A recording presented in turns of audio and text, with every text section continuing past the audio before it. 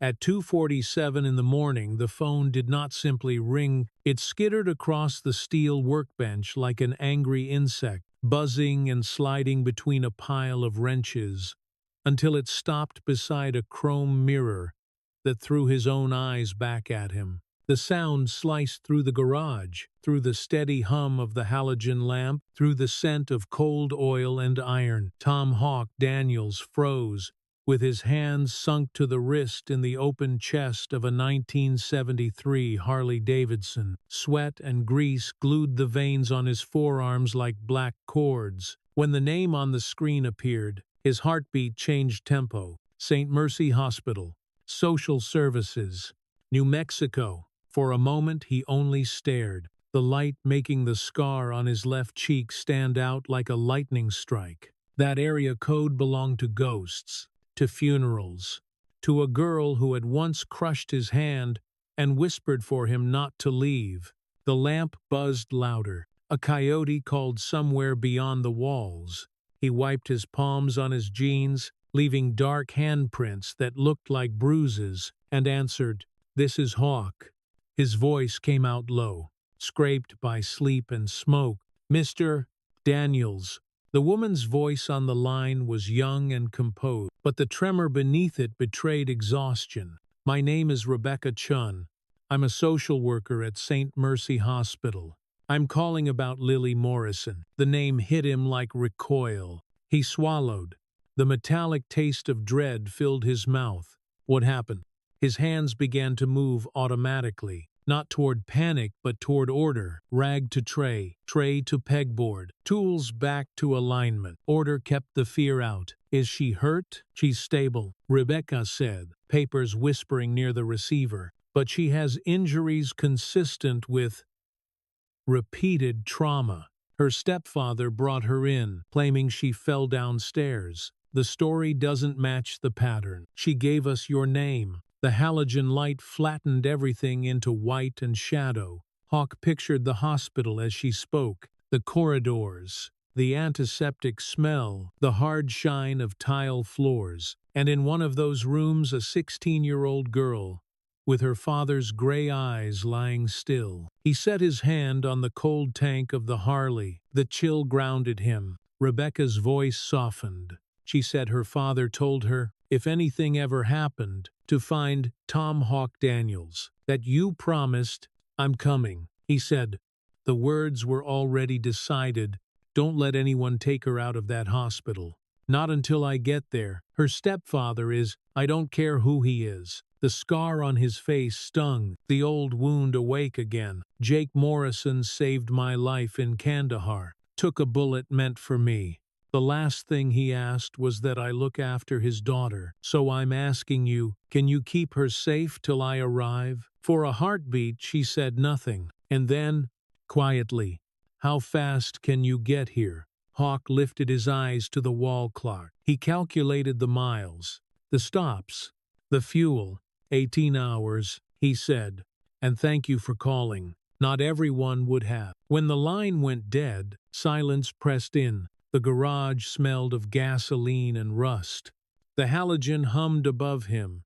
He stood without moving, the phone still hot in his palm, and let the reality settle. On the corkboard near the workbench hung an old photograph, two soldiers grinning at a desert sky, one of them young and reckless enough to believe in forever. Jake Morrison had an arm thrown over his shoulder, dust streaking his face, eyes full of a light that now existed only in pictures, and in the girl they shared. Hawk touched the photo with 2 fingers. The metal beneath his skin trembled from the Harley's cooling engine.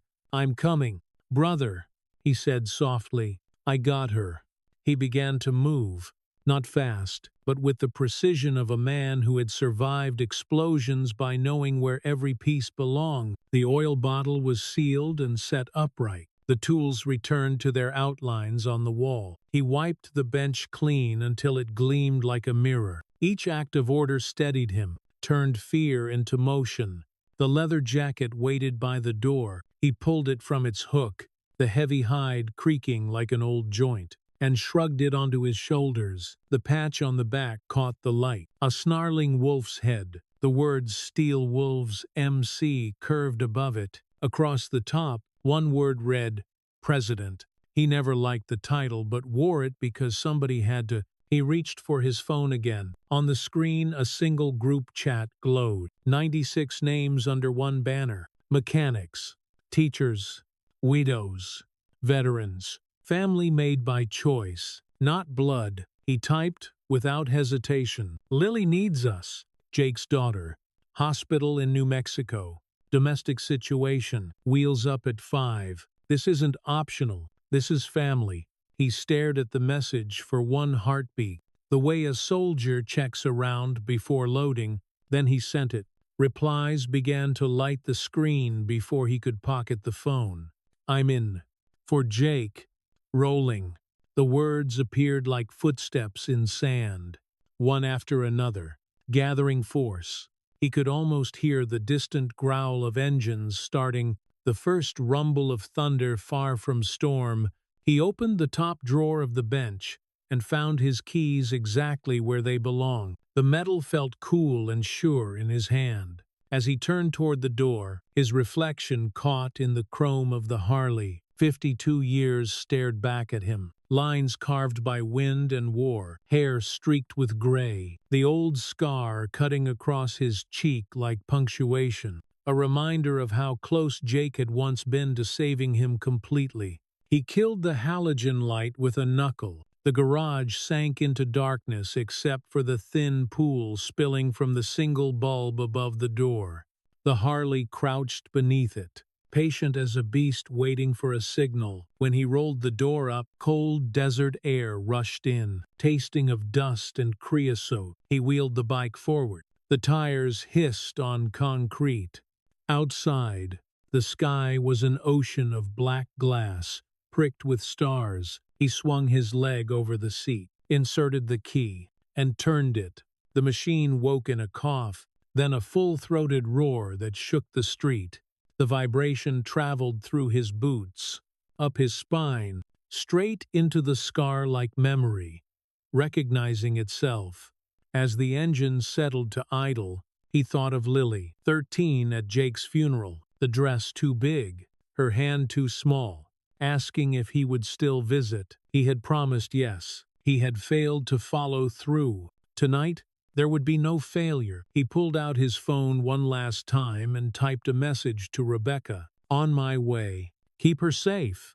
No discharge without counsel. 18 hours. He did not write thank you. He owed results, not gratitude. Headlight on. The beam cut through the yard, turning dew on the grass to silver. He eased the clutch, rolled into the street, and took the first turn slow, letting the neighborhood sleep. The road stretched out ahead, black and clean and waiting. He shifted up, and the Harley answered in its deep, even voice. The desert opened around him, wide and silent, except for the engine's rhythm. Each mile marker flashed by like a heartbeat. He counted in his head. Distance. Fuel. Sunrise. He would meet the wolves at dawn. 97 engines would ride as one. Somewhere behind him, the garage light blinked out, leaving nothing but darkness and the echo of a promise. Somewhere ahead, a hospital waited, a girl waited, and a man with a badge would learn what it meant when bikers said family. The night wind tore at his jacket and filled it like a sail.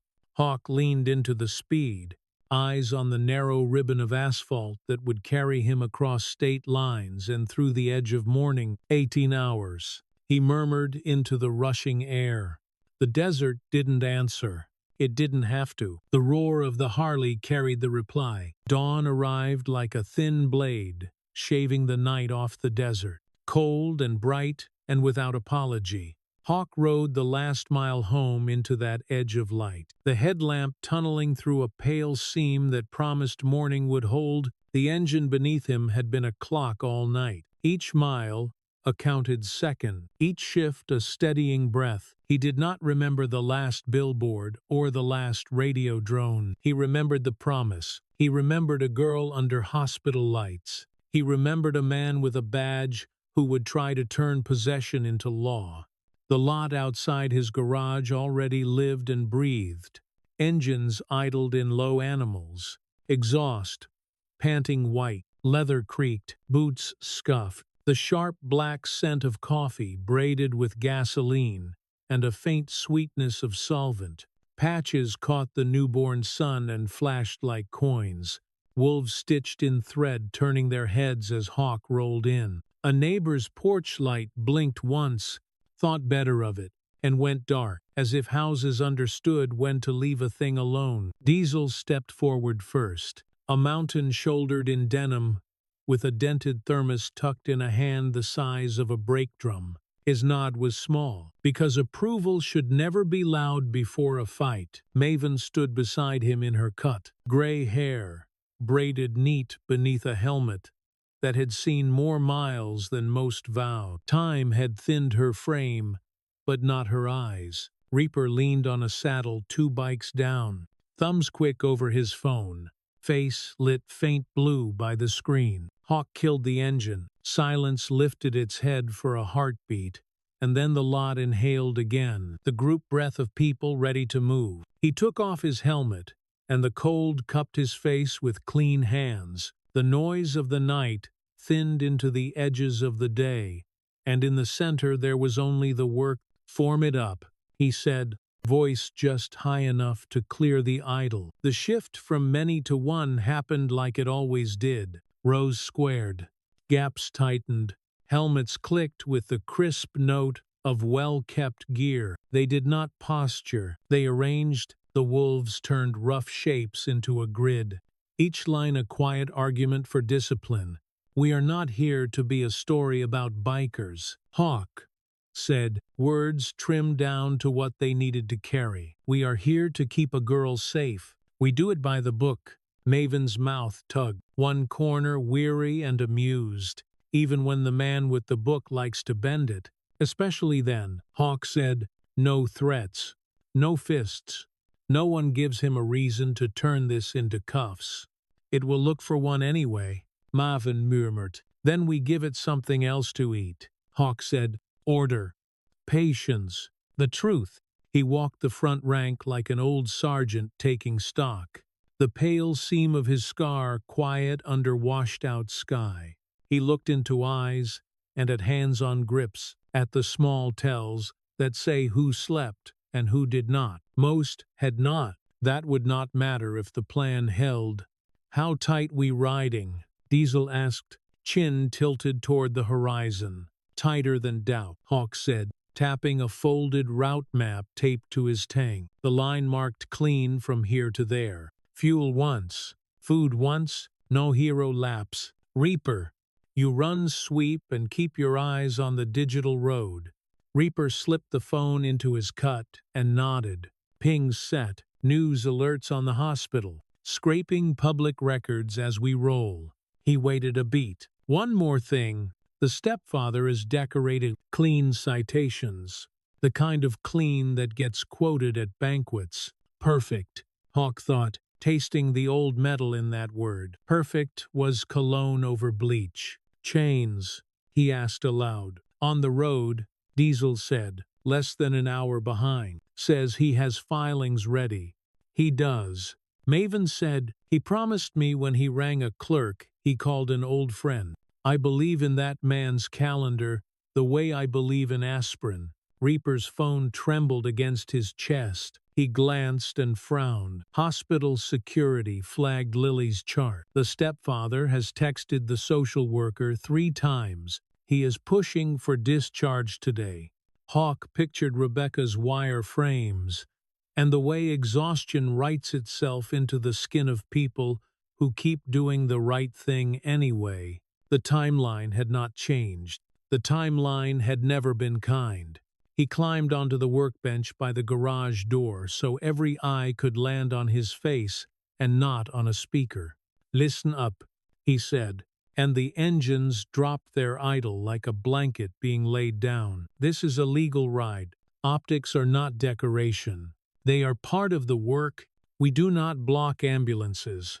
We do not block doors. We do not crowd staff. Helmets off inside. Hands visible. Speak plain. If a camera wants a villain, it will not find one here. It will still look for one, Maven said. Then we hand it procedure. Hawk said, if they film us, they film chairs. Water. Patience. Clean lines. And respect. Let the story be what we make it. He let them watch him breathe. No drama. Just oxygen. When we arrive, we post in the lot in rows. Diesel anchors left. Maven anchors right. Reaper runs the back edge. Eyes on anyone who films too close. Chains meets us at the doors. He speaks first if law is around. I speak if not. We are not storming. We are standing. The murmur that followed was not dissent, but energy finding its shape. People hum when they are ready. It is better than fear. Hawk reached into his jacket and found the folded paper he had written on in the hour before dawn, a habit from days when radios failed and pencils did not. Names, roles, a small box labeled contingencies. He did not believe in luck as a plan. Luck is what you thank when planning has done all it can. He lifted his head and gave them the sharp line he had carried since the call. He does not know her mother hid a drive that points at his money. Silence broke across the line like a cord pulled tight. Diesel narrowed his eyes. Maven's hand closed on the strap of her bag. Reaper looked suddenly like a man reading metadata on the inside of his skull. What drive? Diesel asked. A drive Lily will produce, Hawk said. If it verifies, we tie him to the money. If we tie him to the money, we open him to theft. He kept his face empty because faces have their own microphones. Evidence lockers do not empty themselves. Reaper's mouth thinned in the kind of agreement that belongs to people who have seen databases in the wild. More than optics, then, more than optics, Hawk said, and still we will win the optics. The first look is the one the world remembers most. He checked his watch out of reflex. The second hand clicked its stubborn circles. Time would not argue. He nodded to Diesel. Roll call. Diesel pivoted and called names in the voice of foremen and football fields. Names answered back in a rhythm like nails driven home. Present. Rolling. Here. The sound built them into a single body, and then held them there.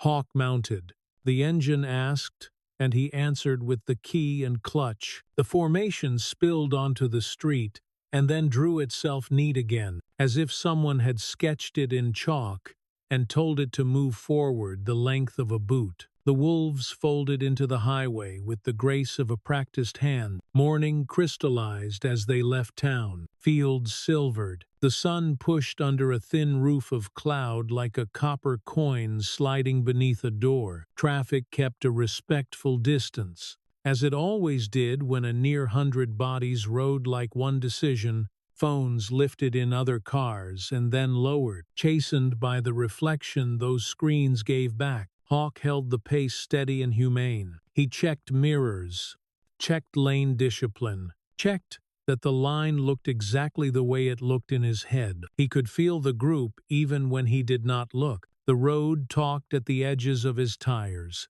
Wind found the collar of his jacket, tested the stitching, and left it alone. At the first fuel stop, they made a choreography out of hoses and patience. Diesel managed the pay line. Maven produced a cloth from nowhere and wiped a visor clean. Reaper stood with his back to a wall, chin lowered, thumbs moving. Hawk took the chance a leader must take when his people stand still. He walked each pocket of quiet. Eyes met his. Nods returned. Hands clapped forearms and let go. He said little. Good.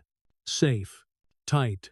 Small words that keep 100 larger ones from spilling. Maven handed him coffee that tasted like burnt hopes and still did what coffee does. You look like 3 hours of sleep and 2 decades of resolve, she said. Resolve is lighter to pack. He said, you good. Better than good. She said, I brought bylaws. I brought a folding chair. I brought the face I wear when men with badges call me dear. He let the small warmth of that line sit in his chest for one beat before letting it go. Reaper slid beside him, phone raised, so the screen lived between them. Public record tripped 2 flags. He said, transfers that do not smell like tuition or roofs. A numbered account, far from here. If Chains draws a judge who reads before breakfast, we have motive patterns to show. Keep it ready. Hawk said, Chains will want anything that lines up without a miracle. Also, Reaper said, media chatter says the hospital will have cameras by late afternoon. If we are not careful, the vigil will look like a movie. Then we make it look like procedure. Hawk said, chairs, water, patient lines, respect. We are not extras, we are evidence of our own. They mounted again and took the next long straight. The state line came and went, a blue sign nobody will ever keep in a memory box. The air changed by a degree you could feel only in your teeth. The sky lowered an inch, as if someone had adjusted a lampshade. Hawk felt the tired tap a finger behind his eyes, and then back off. When it realized it was not welcome, he settled deeper into the machine until he might have been cast with it. Lily surfaced and did not leave. Vinyl pillow, soft beeps, ceilings counted to keep tears in their lanes. When the thought threatened to pull him sideways, he returned to numbers. Rate, distance, fuel, arrival. The arithmetic of keeping a promise is all motion and little poetry. They ate at a gravel pullout behind a chain-link fence. Jerky, a bruised apple, a bar that left dust on the tongue. The water tasted like the inside of a hose and still felt like grace. Diesel laughed once at a story Maven told about a flat in a storm and then did not laugh again. The day had not earned laughter yet. Hawk opened the thread with Rebecca. One new message waited. She had kept them from discharging. She had kept records accessible. Security had notified the stepfather he was on his way. She was sorry for the language he had used in the texts he sent her. She was not afraid of him in the way people mean by fear. She was afraid for the girl. We are 2 hours out. Hawk typed. Chains is less than half an hour behind us. Thank you for the time you bought. We will pay you back in procedure. He added, you are not alone in that building, and decided the sentence belonged to both the sender and the subject. He pocketed the phone, wiped his hands on a rag that had nothing left to give, and turned back to the bikes. Mount up, he said, and the pack obeyed. The highway opened, and the line drew itself across it like a pencil mark that refused to wobble. Wind did what wind does. Sun did what sun does. The wolves did what families do when a call comes before dawn with bad news. They showed up and kept showing up. They held a line with bodies and patience and planning. They gave cameras nothing to twist. They offered a man who loved power no excuse to use it the way he wanted. Hawk rode point and pictured hospital doors parting. He pictured tile floors and the first conversation in a lobby where a hush is more valuable than volume. He pictured Chains in a suit that would fit like a plan. Diesel standing where he could be seen and not be threatening. Maven soft until she needed not to be. Reaper becoming the angle cameras missed until it mattered. The miles unspooled. The needle fell. Cloud shadow cooled the road in slow-moving sheets. The city on the horizon presented itself the way cities do when the real work finally begins. Buildings first, then signs, then the slow animal of traffic. You have to decide how to walk among. Hawk lifted his left hand and the line tightened. Neat as stitches. He felt the last of the night leave his bone. He felt the day come fully into its face. He smelled hot brakes and law and the cleaned floors of a place where people go to live or not. He performed the final task. A leader owes his people when the talking is almost over. Keep it clean, he said into the shared air. We are almost there. The morning gathered itself into hard light and dust. The sun burned low in the rear mirrors. turning every chrome curve into a blade. Hawk rode at point, eyes on the pale horizon where heat would come later. The wolves kept perfect rhythm behind him, an organism of engines and discipline. Their shadows stretched long and thin across the asphalt, tales of a single beast, moving toward one purpose. The air carried the smell of iron and sage. Every sound was measured, the low growl of pipes, the steady hum of tires, the faint rattle of chains at speed. Hawk's jaw worked once as if chewing on silence. His mind stayed fixed on the hospital, on Lily's name, on the promise drawn tighter by each mile. Reaper pulled up on his right side, half a wheel behind, keeping formation as wind clawed between them. He signaled with 2 fingers against his visor. Hawk eased his throttle, giving space for talk the air could carry. Reaper touched his chest, then mimed flipping pages with his left hand before tracing a clean line down an invisible sheet. Public, he tilted his hand. Praise. Then drew a circle above his helmet like a halo. Hawk's mouth curved in something that wasn't quite a smile. He didn't need the words. He knew that shape of trouble, the spotless file, the shining mask. He nodded once, short and sharp, and Reaper drifted back into position. A few minutes later, Reaper came up again. Holding his phone low, Hawk caught the reflection of a headline on the glass. A community award dinner. Daniel Morrison standing beside a mayor, a caption about dedication and service. Morrison wore his uniform like armor polished to blindness, teeth bared in practiced modesty. Hawk didn't laugh. Perfect cover, he thought. Smell like cologne over bleach, the kind of clean that hides rot underneath. He had met that kind of man before, men who used the language of duty as disguise, men who polished their lies until they shone like virtue. Reaper swiped to another image. A banquestage, a plaque in Morrison's hand, a line of gold letters that said lifetime service. Beneath it, quotes about mentoring and integrity. A man designed for cameras. Perfect cover. Hawk thought again. And perfect meant fragile.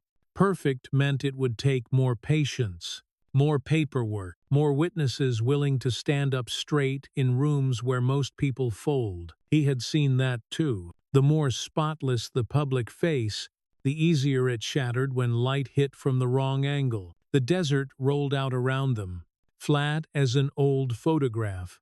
A state cruiser appeared far behind, then matched their speed in the mirror. It didn't flash lights, it only watched. The wolves held their formation. No weaving, no noisy. Every line as straight as a drill chart. The cruiser lingered for half a mile, decided they were order not chaos, and slid away at the next exit. Hawk felt the muscles across his shoulders loosen by a fraction. The world liked boxes. Trouble had to look wild before it earned attention. They were not going to give it that satisfaction. He raised his left hand slightly, and the line adjusted. Every bike closing a breath of space until they rode so tight the whole pack looked wired together. Dust curled behind them like smoke from a measured fire. After another hour, the road widened into an interchange. Hawk signaled, and the formation fanned, then closed again as if drawn by magnet. Diesel took the left wing, Maven the right. Behind them, the wolves slipped between lanes in disciplined pairs, the choreography of control. They moved through traffic like a shadow passing over fields. There, seen, then gone. When the highway leveled again, Reaper rode up beside him for the 3rd time. He didn't bother with the phone now. He drew letters in the air with a gloved finger. Sharp, deliberate strokes. T, A, D, O, X.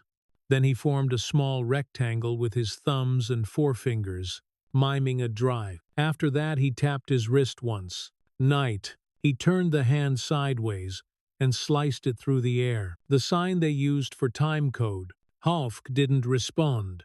He didn't need to. The message was clear. The USB existed. Its label meant something tied to money, maybe to a date. Night meant proximity. Time code meant digital proof, and proof meant everything. He could feel the pieces start to lean toward each other. The mother's death, the timing, the quiet transfer of cash, the perfect cover beginning to crack from inside. He said nothing because silence was the safest reply. Words traveled fast, and the road carried everything that left your mouth. Better to let understanding sit behind the visor where no one could read it. The miles slipped under them. Cactus and scrub blurred into beige rhythm. Heat shimmered on the edge of sight. Traffic began to thicken. The first ripple of the city, showing its shape, overhead. Signs multiplied. Hospital this way. Courthouse. Next exit. The polite geography of conflict. Hawk signaled a pullout near an old gas station ruin half buried in dust. The wolves slowed together, engines dropping to a low purr before dying one by one. The silence afterward was full but calm, the kind of quiet that holds before thunder. Diesel handed out water. Maven adjusted her gloves and checked the straps on the emergency kits strapped to saddlebags. Reaper leaned against his bike, face unreadable behind mirrored glass. The others stretched, blinked against the sun, waited for direction. Hawk stood in the center of them. The scar down his cheek caught the light, turning white against the tan of his skin. He looked down the line of faces and saw what he always saw: resolve disguised as fatigue, loyalty hidden under sarcasm. The same readiness he had seen in soldiers who'd already accepted the price. He spoke low so the words would carry without breaking the air. When we get there, he said, we go quiet, no noisy, no flex. The world already decided what we look like. We show them they're wrong. Maven nodded. Her eyes were cool, bright gray. They'll have cameras, she said. Then we give them what they don't expect. Hawk answered, order. Patience. The truth. He walked to his bike and unstrapped a folded map from the tank, spreading it on the seat. A red line traced their route to the hospital. He tapped the end of it with a knuckle. Chains will meet us here. He's filed emergency custody. Papers moving. We hold the line until he arrives. Reaper spoke up from behind his visor.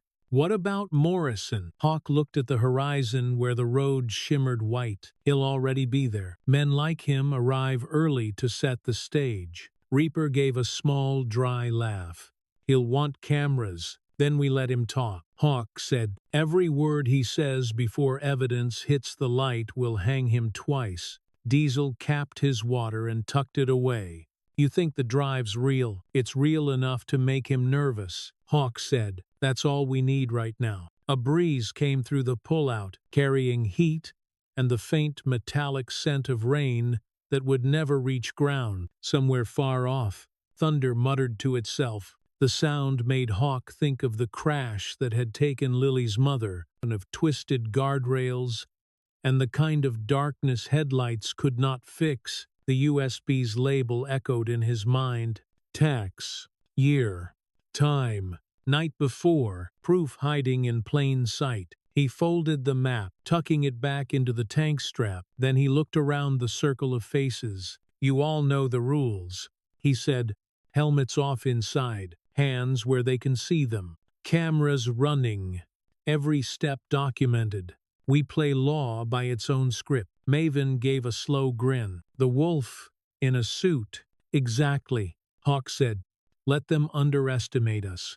He checked his watch. An old field model scuffed by years and promises. The second hand moved like a heartbeat, refusing to stop. 18 hours had become 6. The girl was waiting. The man with the badge was waiting too.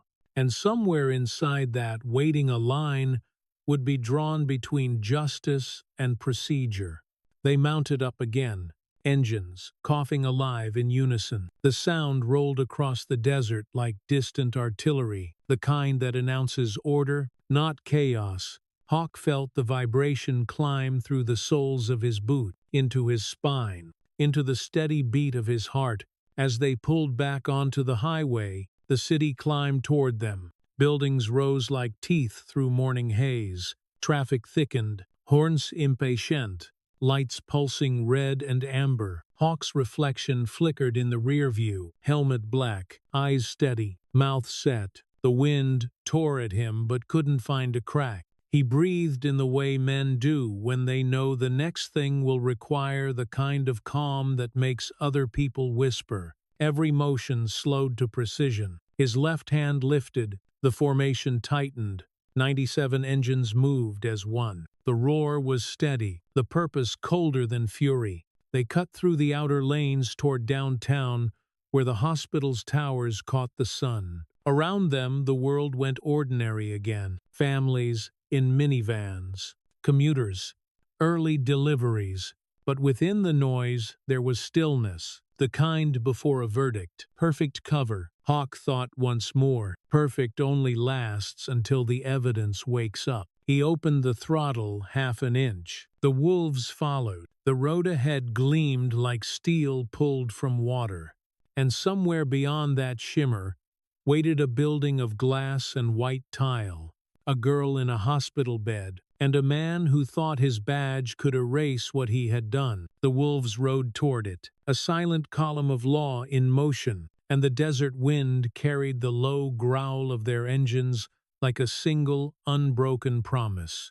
St. Mercy rose from the glare like a clean blade, all glass and white tile, and the faint green of scrubbed plants trying to soften what a hospital is. The city thinned to a hush around it, as if even horns forgot themselves at the sight of doors that separate ordinary time from everything else. Hawk led the wolves into the entrance road and felt the air change, heavy with antiseptic, and the closed quiet of places where voices learned to step softly. He lifted his left hand.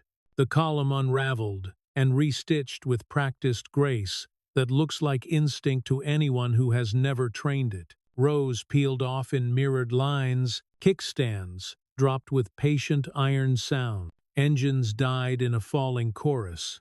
Helmets lifted, jackets settled.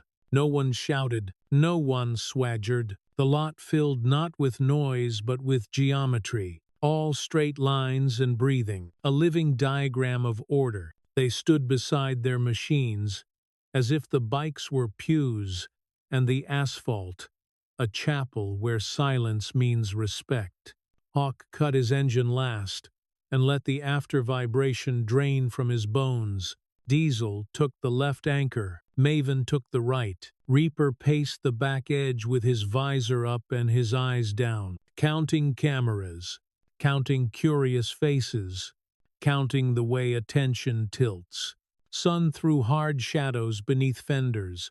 Beyond the glass, the lobby brightened, then dimmed as sliding doors breathed people in and out. Hawk walked toward the entrance alone. The doors parted with a breath. Cold air touched his face like a gloved hand. The lobby smelled of citrus cleaner, paper masks, and the metallic patience of machines that keep other machines alive.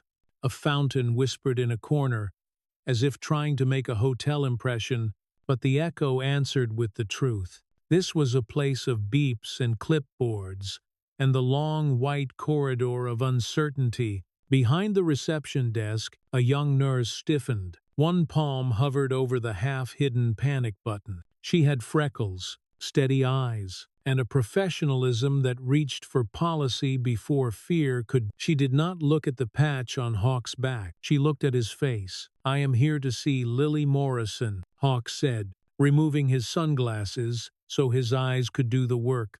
The lenses would spoil. "Tom Daniels, Social Services, is expecting me." Her gaze flicked to the glass doors, to the rows of bikes beyond, to the quiet columns of leather and denim that did not move. She swallowed, found her screen, scrolled. "Please wait a moment." Seer, a security guard in a blazer, stepped closer the way a wall steps closer without appearing to move. His stance said ready. His hands said calm. The elevator at the far end opened. Rebecca Chun stepped out with a clipboard held like a shield she had made herself, wire-rimmed glasses, a tiredness that had not yet changed her posture. Her eyes found Hawk's, and the relief there was so quick and so honest, he felt it across the tile. "Tom," she said, "I am Rebecca." "Thank you for calling," he said. "Not everyone would have—" She looked past him through the doors at the wolves standing in lines as straight as rails. "You brought quite a few people." "I brought family," Hawk said. His voice belonged to the room. "Where is she?" "Fourth floor," Rebecca said, and her composure wavered for the first time, a tremor in the syllables. Not fear for herself, but for the task. "Room 412.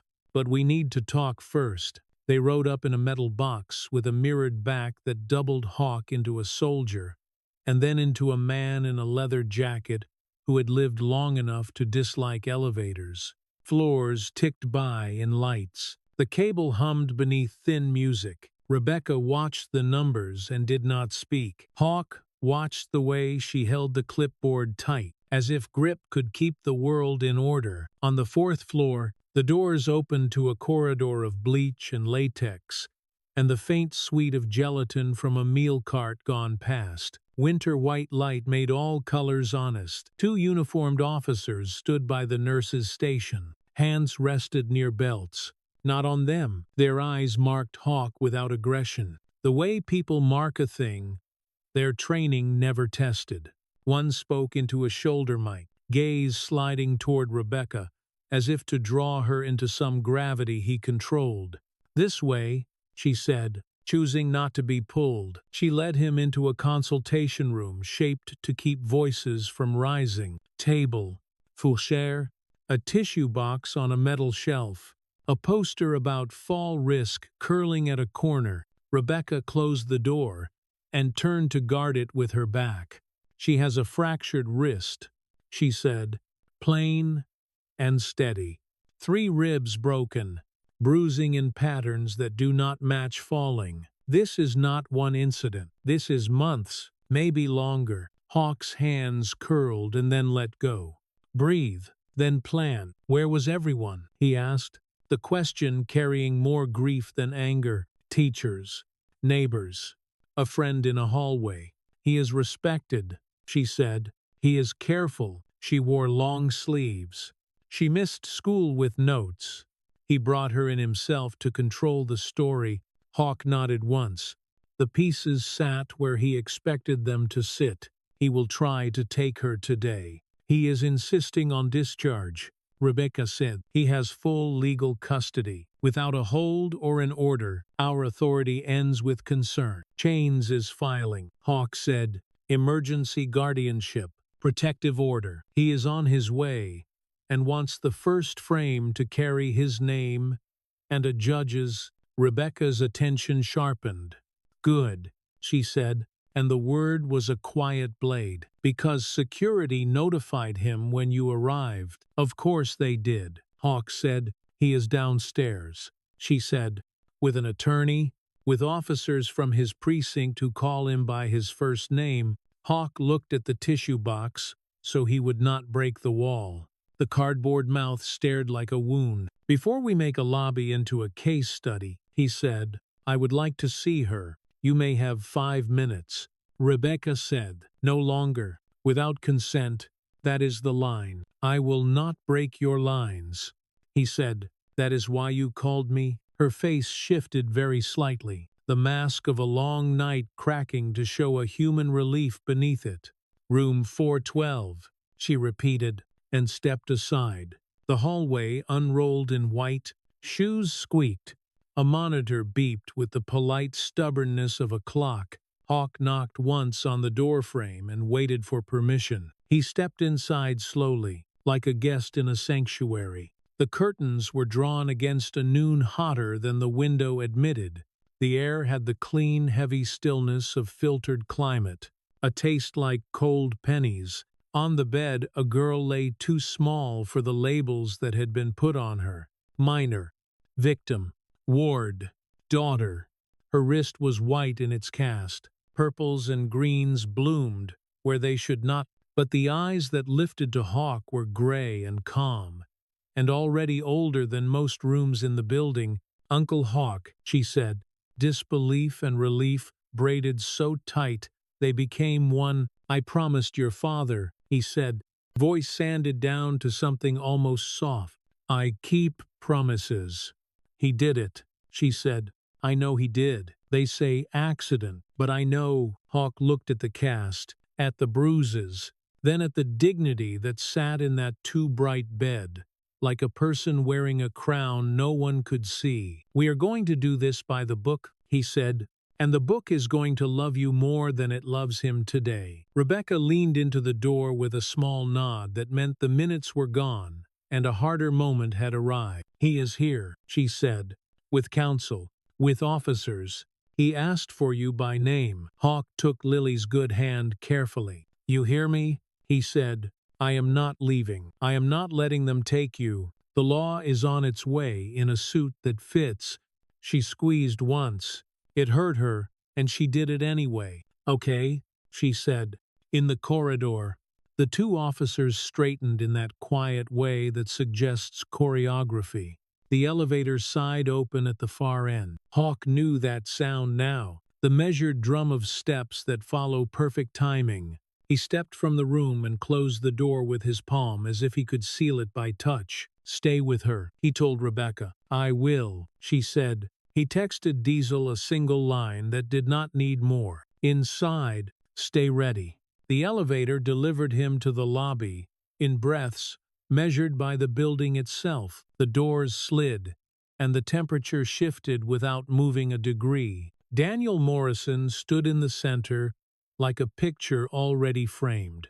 Uniform pressed, yav square, air regulation. Morrison turned at Hawk's approach with a smile that started in his teeth and did not reach his eyes. Beside him, a lawyer held an expensive briefcase. Two officers aligned to look like restraint rather than support. Security hovered at a respectful distance, trapped between maintaining order and the flinch that arrives when authority performs. "Tom Daniels," Morrison said, warmth projected to the corners. "Jake's old friend." "Lily asked for me," Hawk said, "because true sentences wear armor of their own. She is a minor, frightened, and medicated." Morrison said, gentle for the room and bright for the microphones not yet present. "She is coming home with me, with a cast and broken ribs." Hawk said, "That is a lot of falling for one girl." The lawyer slid forward, smooth as oil. "Mr. Daniels, unless you have legal standing, step aside. My client exercise full custodial rights. Let us ask Lily what she wants." Hawk said, hands low and still, the way he had told his people to keep theirs. Morrison's smile tightened a degree. He checked his watch, the unnecessary move of a man who does not want to be here. As long as procedure might require. The doors breathed again.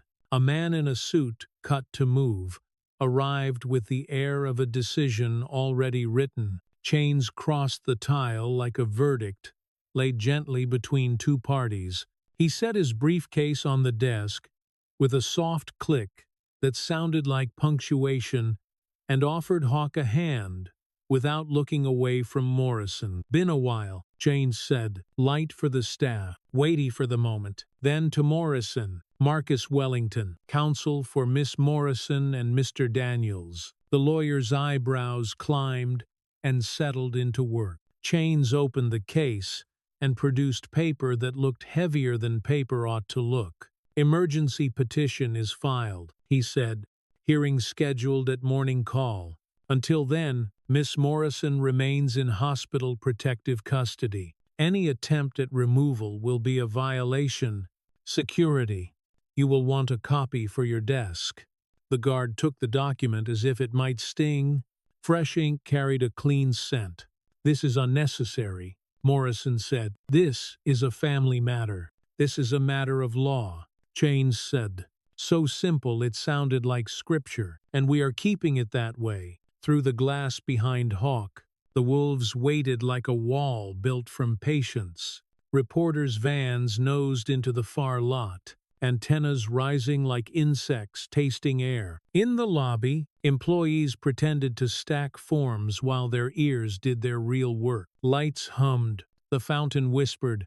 A volunteer in a mint vest set a bowl of wrapped candy on a table no one would approach. Hawk felt the moment settle on its fine edge. He let breath out and gathered the quiet he would need for the next turn. He had walked battlefields where the loudest thing was his own blood. He had sat in courtrooms where the softest thing was the rustle of a clerk's sleeve. Both taught the same lesson. Calm wins rooms, he said under his breath. He stepped half a pace closer to Chains, close enough that a lens would read them as one shape. "We will do this by the book," he said, steady enough to be a lever. "And the book begins here." "It does," Chains said.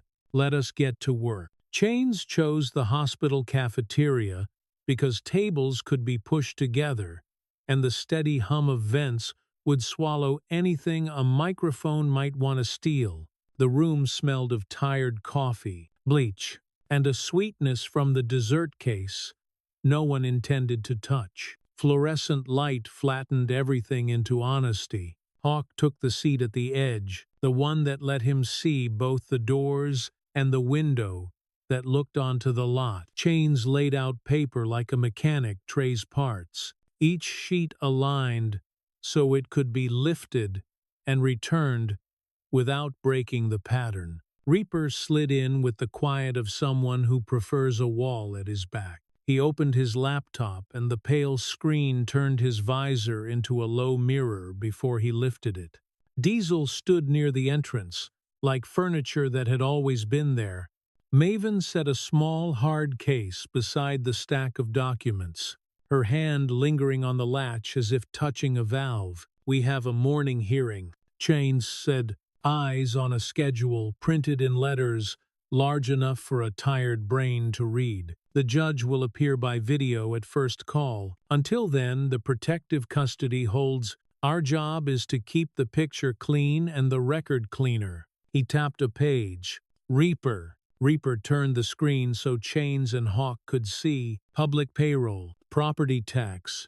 He said the words, like inventory. His cursor moved to a column that did not behave the way honest money behaves.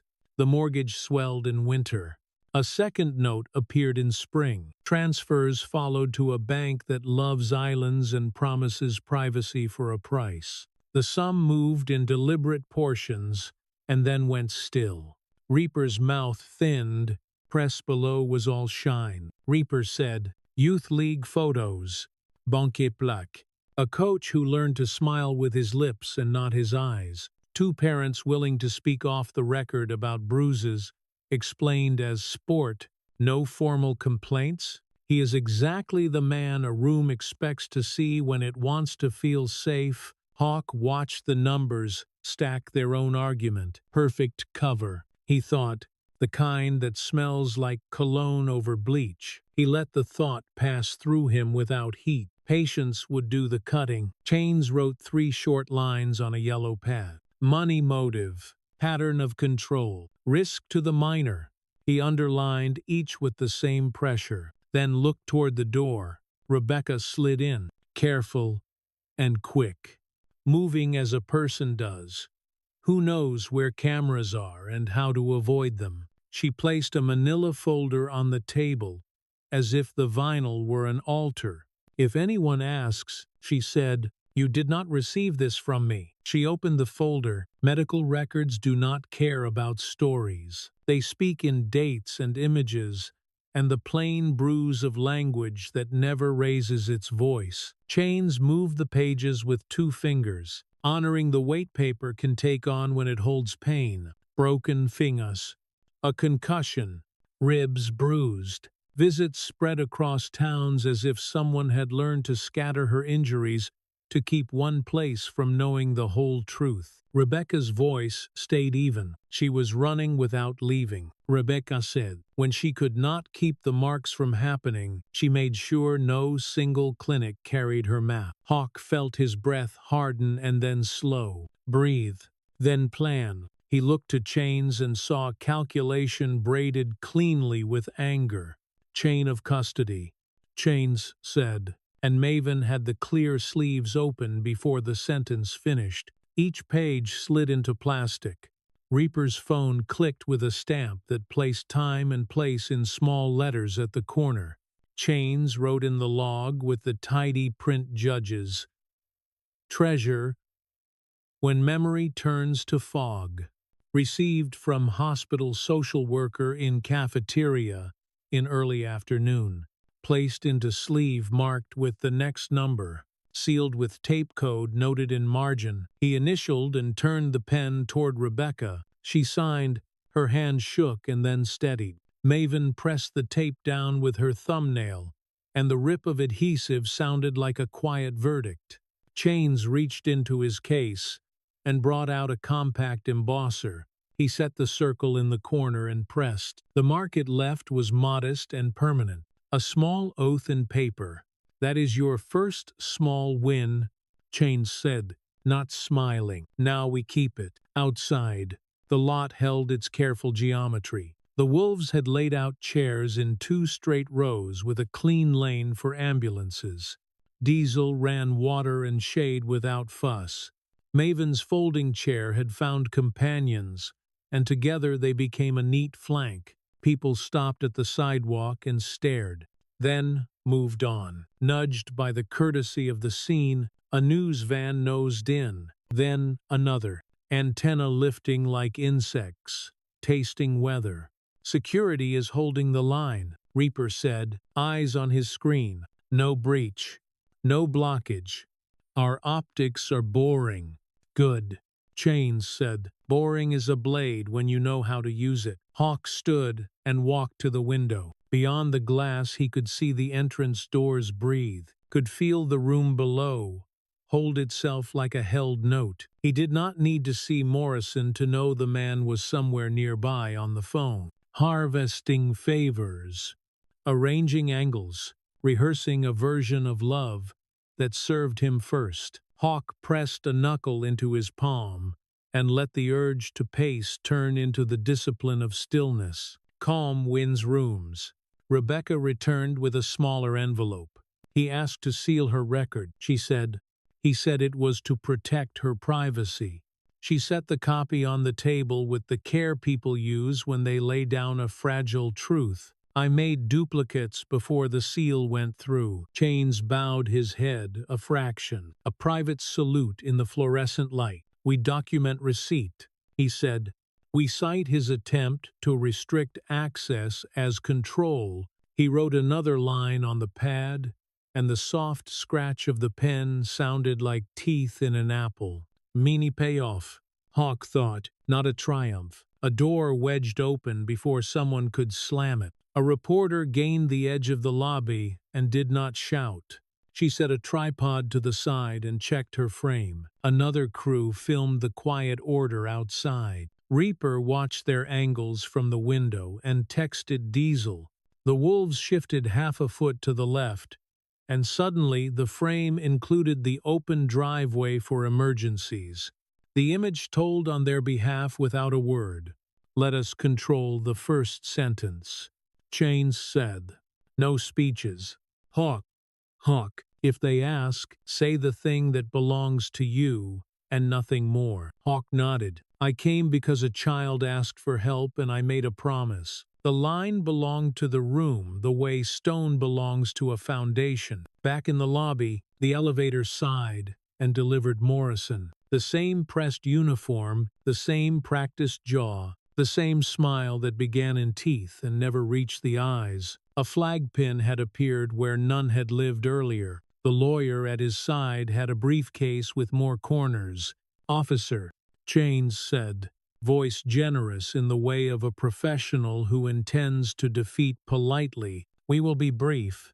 Morrison turned to the cameras first. He thanked the hospital. He praised the staff. He said family in careful intervals and safety in careful rhythms. He said law with a softness that pretended ownership. He painted concern with warm brushstrokes. For a moment the lobby copied him. A reporter's question cut across the paint. How does a girl fall on different days and strike the same side? The voice asked, almost tender. Morrison faltered, recovered, and spoke of stairs and grief and adolescent clumsiness. His smile learned to be thin. Chains waited until two lenses settled. He stepped a half pace, so the sleeve of his suit entered the frame and held up the order. Protective custody holds until the morning hearing, he said, voice at the volume of a prayer offered in a church that is not yours. Any attempt to remove the minor will be a violation. He did not need to explain the seal. The seal explained itself. Without thinking, the security guard took a step toward Chains. Trust follows competence. The lobby shifted. Pretend furniture became witnesses. One officer behind Morrison glanced at the order, then at Morrison, then at the ceiling as if the tiles might own an opinion. Morrison checked his watch. The needless gesture of a man measuring time he had just lost. That was the first true win. Not a cheer, a bought minute. A body kept in a bed that could be reached. A story slowed to the speed of law. Hawk felt his phone buzz and did not move. Because rooms watch hands, Reaper caught his eye from the cafeteria doorway and gave the signs their circle had used on roads and in quiet after storms. Wait. Think. A small nod that once meant we have eyes above. They returned to the cafeteria. Reaper opened a thread, then tapped to bring up a freeze frame from a charity interview the year before. Morrison stood at a lectern. Behind his left shoulder, a whiteboard reflected in glass. Glare made it almost nothing. Reaper zoomed. Numbers emerged. A date. A time. The same week as the money that left for warm water far away. He swiped to a cloud backup pulled from a phone that thought it had erased itself. In a grocery list that had no milk and no bread, a string of digits and a single word that did not belong. Storage. Hawk felt the pieces lean toward one another. He looked at the list and saw the plain wrongness of it. Night and time code, he thought, and felt the last piece of a picture float somewhere inside this building, waiting for hands that knew how to lift it without breaking it. Do not overreach, Chains said, reading the images the way surgeons read scans. This is posture. The hearing is tomorrow. Today, this tells us how to stand. Rebecca returned with a small bag and a stack of forms. I will be off at evening change, she said. My colleague is briefed. For the record, I am noting that the minor requested counsel. I am noting an attempted discharge against medical advice. I am noting the emergency guardianship claim. She tapped the forms once, and the sound was oddly brave. Chains slid each page into a sleeve. The tape ripped. He pressed the embosser and left the modest circle. A clerk would later touch with a thumb and know as a promise kept in paper. A trail laid while another trail tried to vanish. By late afternoon, the lot had become a quiet tableau. People filmed as if they needed proof that patients could be arranged. The wolves were boring on purpose. Water bottles knocked softly in coolers. A child in a window counted helmets and grinned when two riders lifted a hand in a gesture that was not a wave so much as a blessing. A Nursekam outside stood in the pillar's shadow, cried for a breath, then returned with squared shoulders. Cameras caught the order and the gap for ambulances, and the way no one blocked anything that mattered. The net began to do what it does.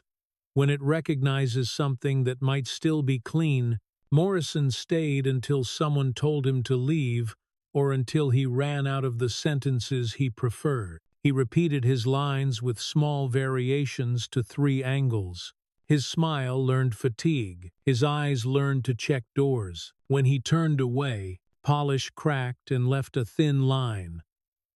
The lenses would not forgive. Hawk did not collect satisfaction. Night still had work to demand. He rode the elevator up and paused outside the room with the number he now knew by heart. He let his breathing match the gentle insistence of the monitor inside. He stood at the glass of the nurse's station and listened to the patient music of a hospital in motion. Shoes squeaks, printer hum, the steady hush of oxygen in a place that needed it.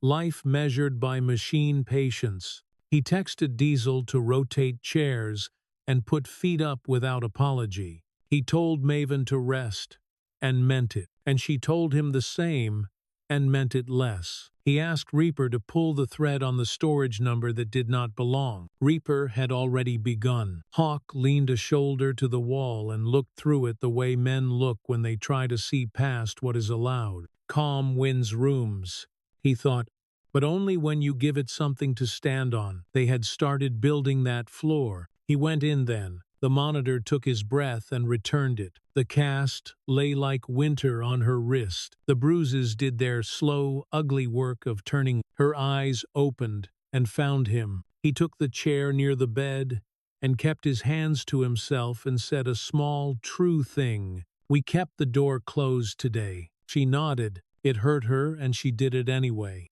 Night arrived without ceremony. A slow dimming of the glass, until Saint Mercy turned from a blade into a lantern. Heat bled out of the lot in soft waves, lifting the smell of rubber and sun-baked dust. The wolves slipped into their night cadence without a raised voice. Diesel ran rotations like a foreman whose clock did not lie. 2 on the door, 2 at the curb cut where ambulances swing, 2 drifting the edges, watching shadows move and refusing to make stories out of them.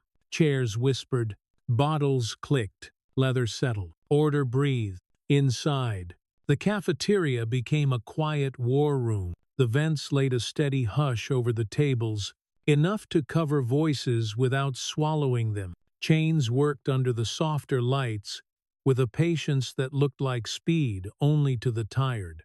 He built letters line by line from his laptop to a small printer that chittered like an insect. "Spoliation notices," he said, not looking up. "We put everyone on warning. Any movement on a unit matching that number will be preservation territory. Storage company, opposing counsel, department legal inbox."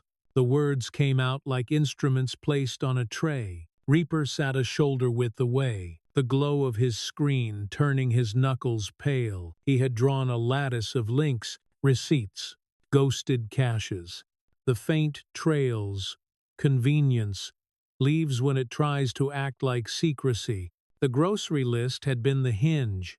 No milk, no bread, just a string of digits and the word storage that did not belong anywhere near grief.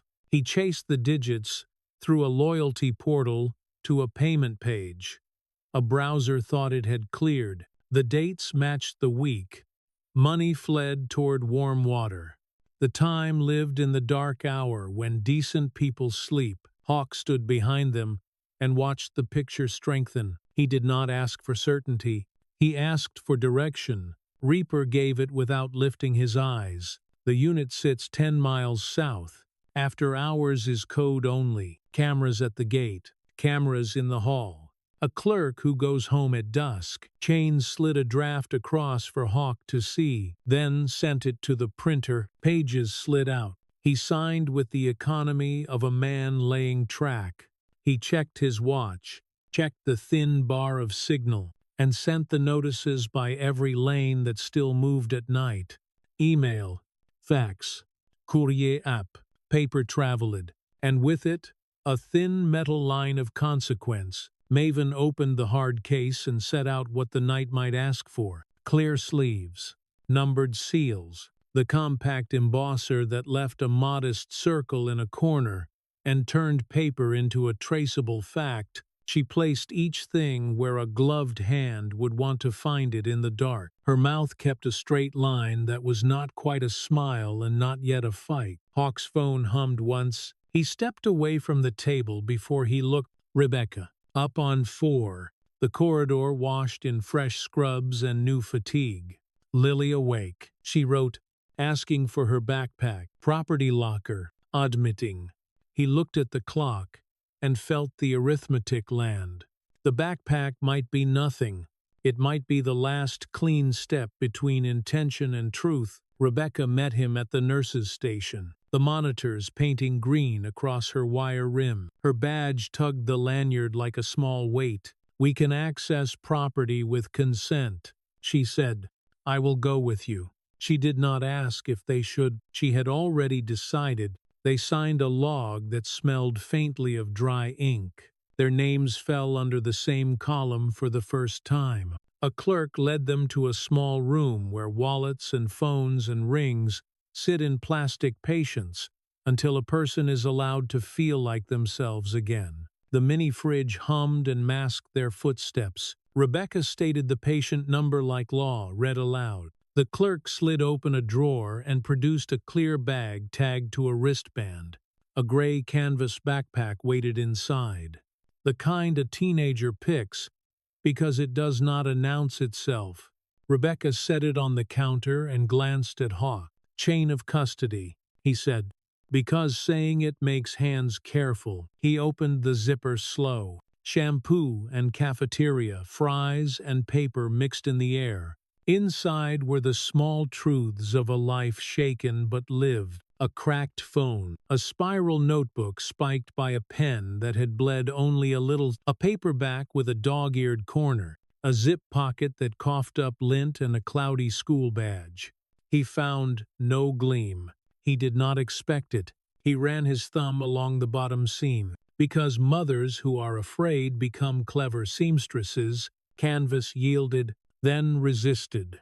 In the corner where 2 stitches overlapped, the fabric felt newer, patch over patch. He pinched and felt a sliver of metal kiss his finger. He eased the seam with a nail. A small thing came free, like a secret that had waited. A key, locker style, stamped with a number that wanted to look like coincidence. To anyone who liked coincidence better than proof. Hawk let the satisfaction pass through his throat without showing. He lifted it to the fluorescent light, then set it down on the counter and turned the room into a witness box. "Record time," he said. He looked at the wall clock and fixed the second hand in his eyes. He spoke the time. Rebecca repeated it. The clerk wrote it. The clock kept doing its dull job. Downstairs, Maven had a sleeve open as if she had seen this moment coming. Chains took the key with non-smudging fingers. He held it 3 inches above plain table so a phone could see it. Reaper's camera caught the blank background and the entire edge of shadow. Chains spoke the same litany he had used all day. Received from patient property under supervision of social services and inventory clerk, placed into protective sleeve, number noted, sealed with tape code read aloud, initialed by all present. The tape ripped, the embosser pressed, the quiet circle bloomed. Rebecca signed again. Her hand did not shake. Hawk saw the steadiness and felt something unclench behind his ribs. Through the plastic, the stamped digits already lived inside Reaper's lattice. Night and time code. Hawk thought. The pieces finally leaned against one another in a way that could carry weight. Chains dispatched the notices. He did not bless them. He moved to the next step. A letter to administration reminding them of the protective hold and the liability that blooms when a hospital chooses a door against paper. A second to security, laying out the order and the consequences of acting as ushers for an unlawful removal. Words became rails. The lobby settled into its own night. The fountain kept whispering a hotel sound that could not fool the room. The volunteer desk held a plastic bowl of mints no one touched. Fluorescence hummed like a low note.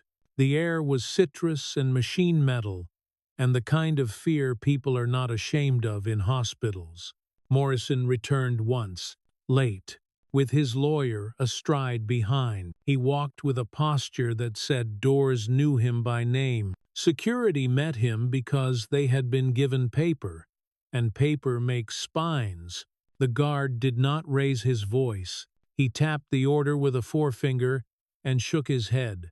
Not tonight. The lawyer tried to build protest out of air. Chains stepped forward under the light and offered the notice without heat. "We are preserving evidence," he said. "Any attempt to access the unit tied to that number will be treated as spoliation. This is your warning." The lawyer took the page like a man who prefers different games.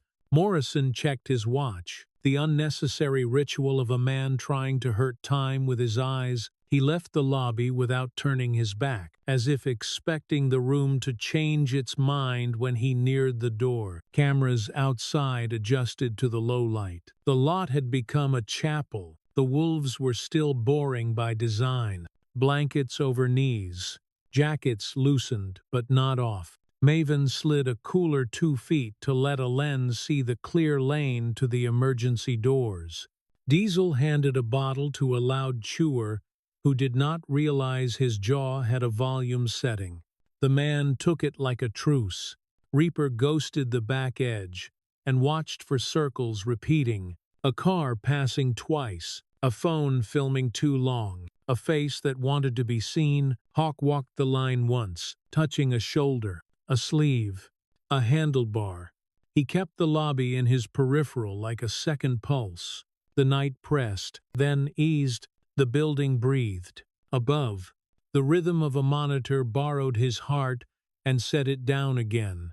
At the top of an hour, Rebecca came down with an update that carried both warning and relief. "She is resting," she said. "Vital steady.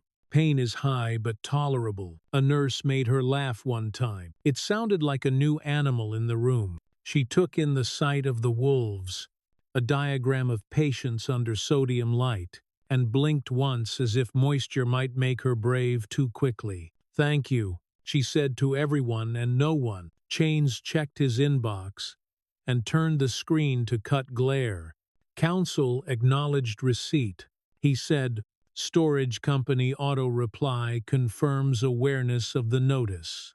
That is not protection, but it is proof they were told." He rubbed his eyes with thumb and forefinger and left the gesture unfinished, as if rest would be dishonest. Reaper lifted his gaze from the web of tab. "The gate cameras at that facility point inward," he said.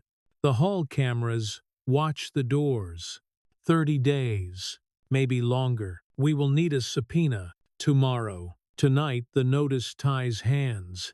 If someone tries a midnight tidy." Hawk pictured the corridor of steel doors and concrete that turns footsteps into arguments. He pictured a lens in a corner, a red diode blinking the way guilt blinks when asked to behave. He let the picture go and kept the plan. A quiet hour followed, the kind that buys mornings. A vending coil dropped with a hollow thunk. The elevator chimed its small, polite note. A printer muttered and then decided against drama. The city outside forgot itself, as cities do between one midnight and the next. Near midnight, the fire panel chirped once and fell silent. Heads lifted and settled. Diesel moved 2 chairs on a neat diagonal. Maven rolled her neck, and the bones answered like careful beads. Chains drew a last line and put down his pen. Morrison tested the doors again.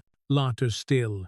Posture set to entitlement. Security met him at the threshold, with the order in a plastic sleeve, and the calm of people who prefer to be right more than loud.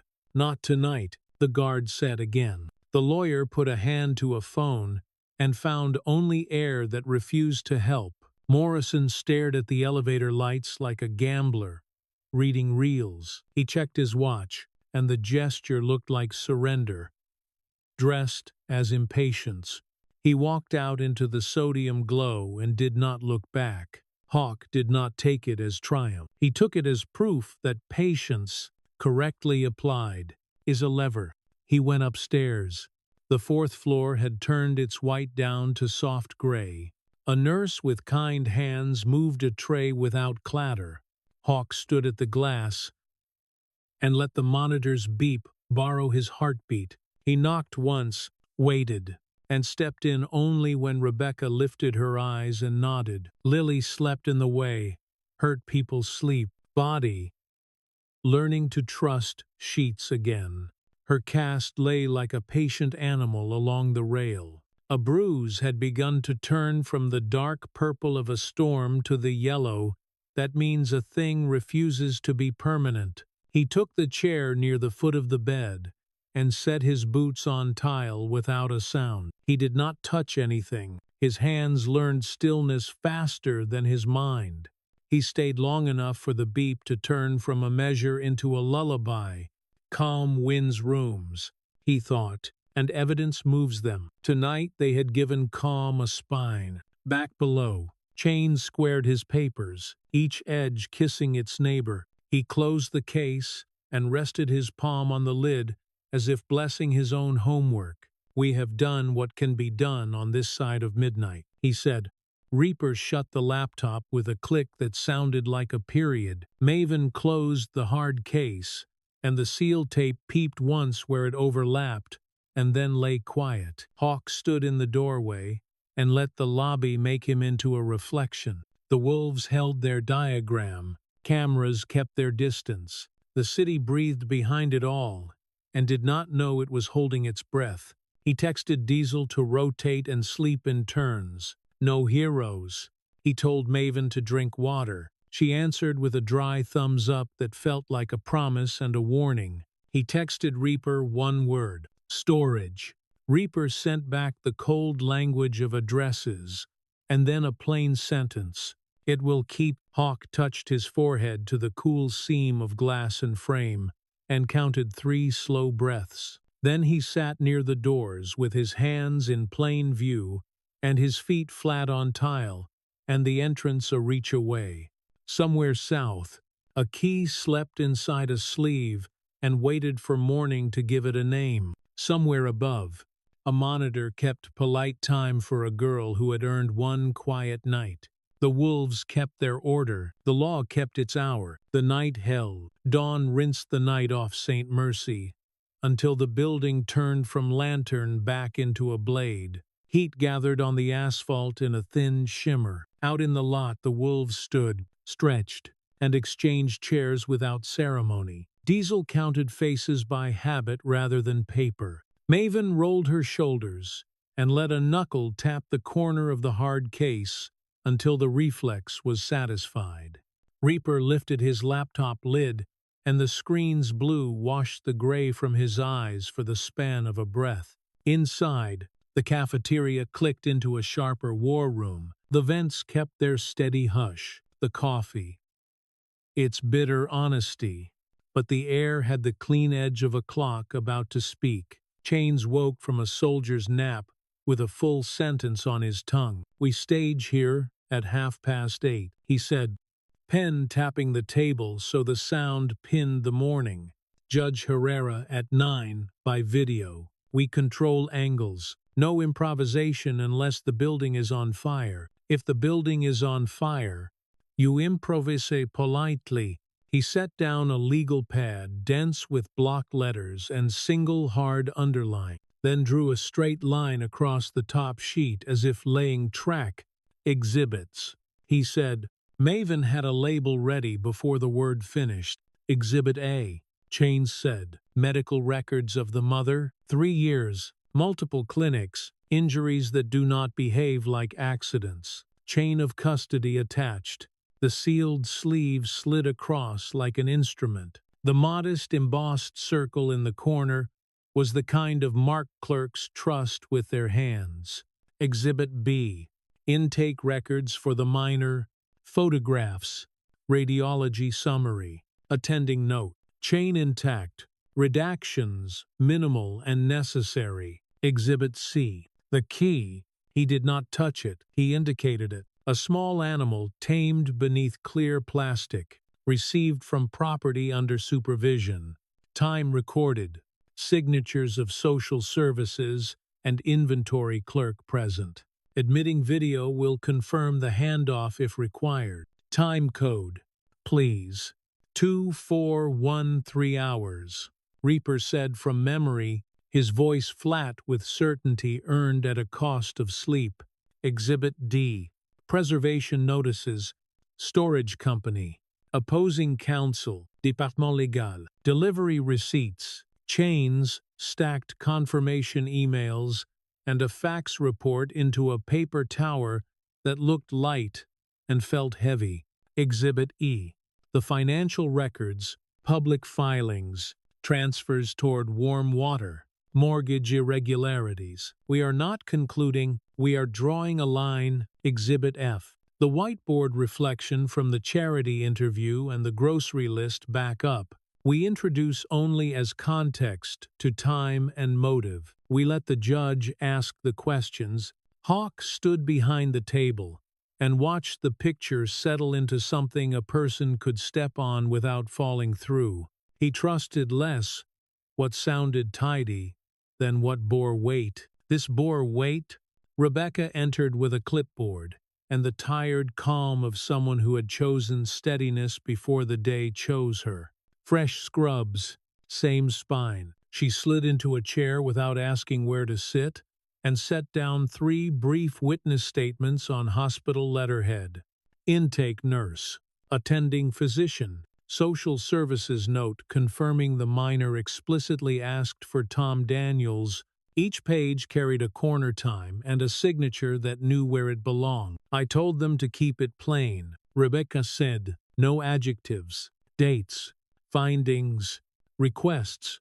Thank you, Chains said, and meant thank you for paper and for the quiet courage beneath it.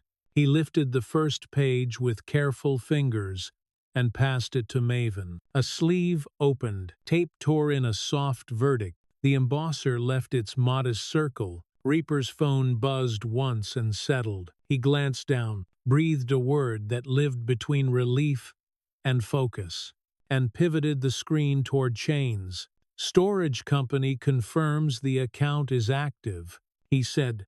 No access since last month. Gate log shows last badge used belongs to Daniel Morrison. 5 days before the crash, after 2 in the morning, they will preserve logs. They will await a subpoena for cameras.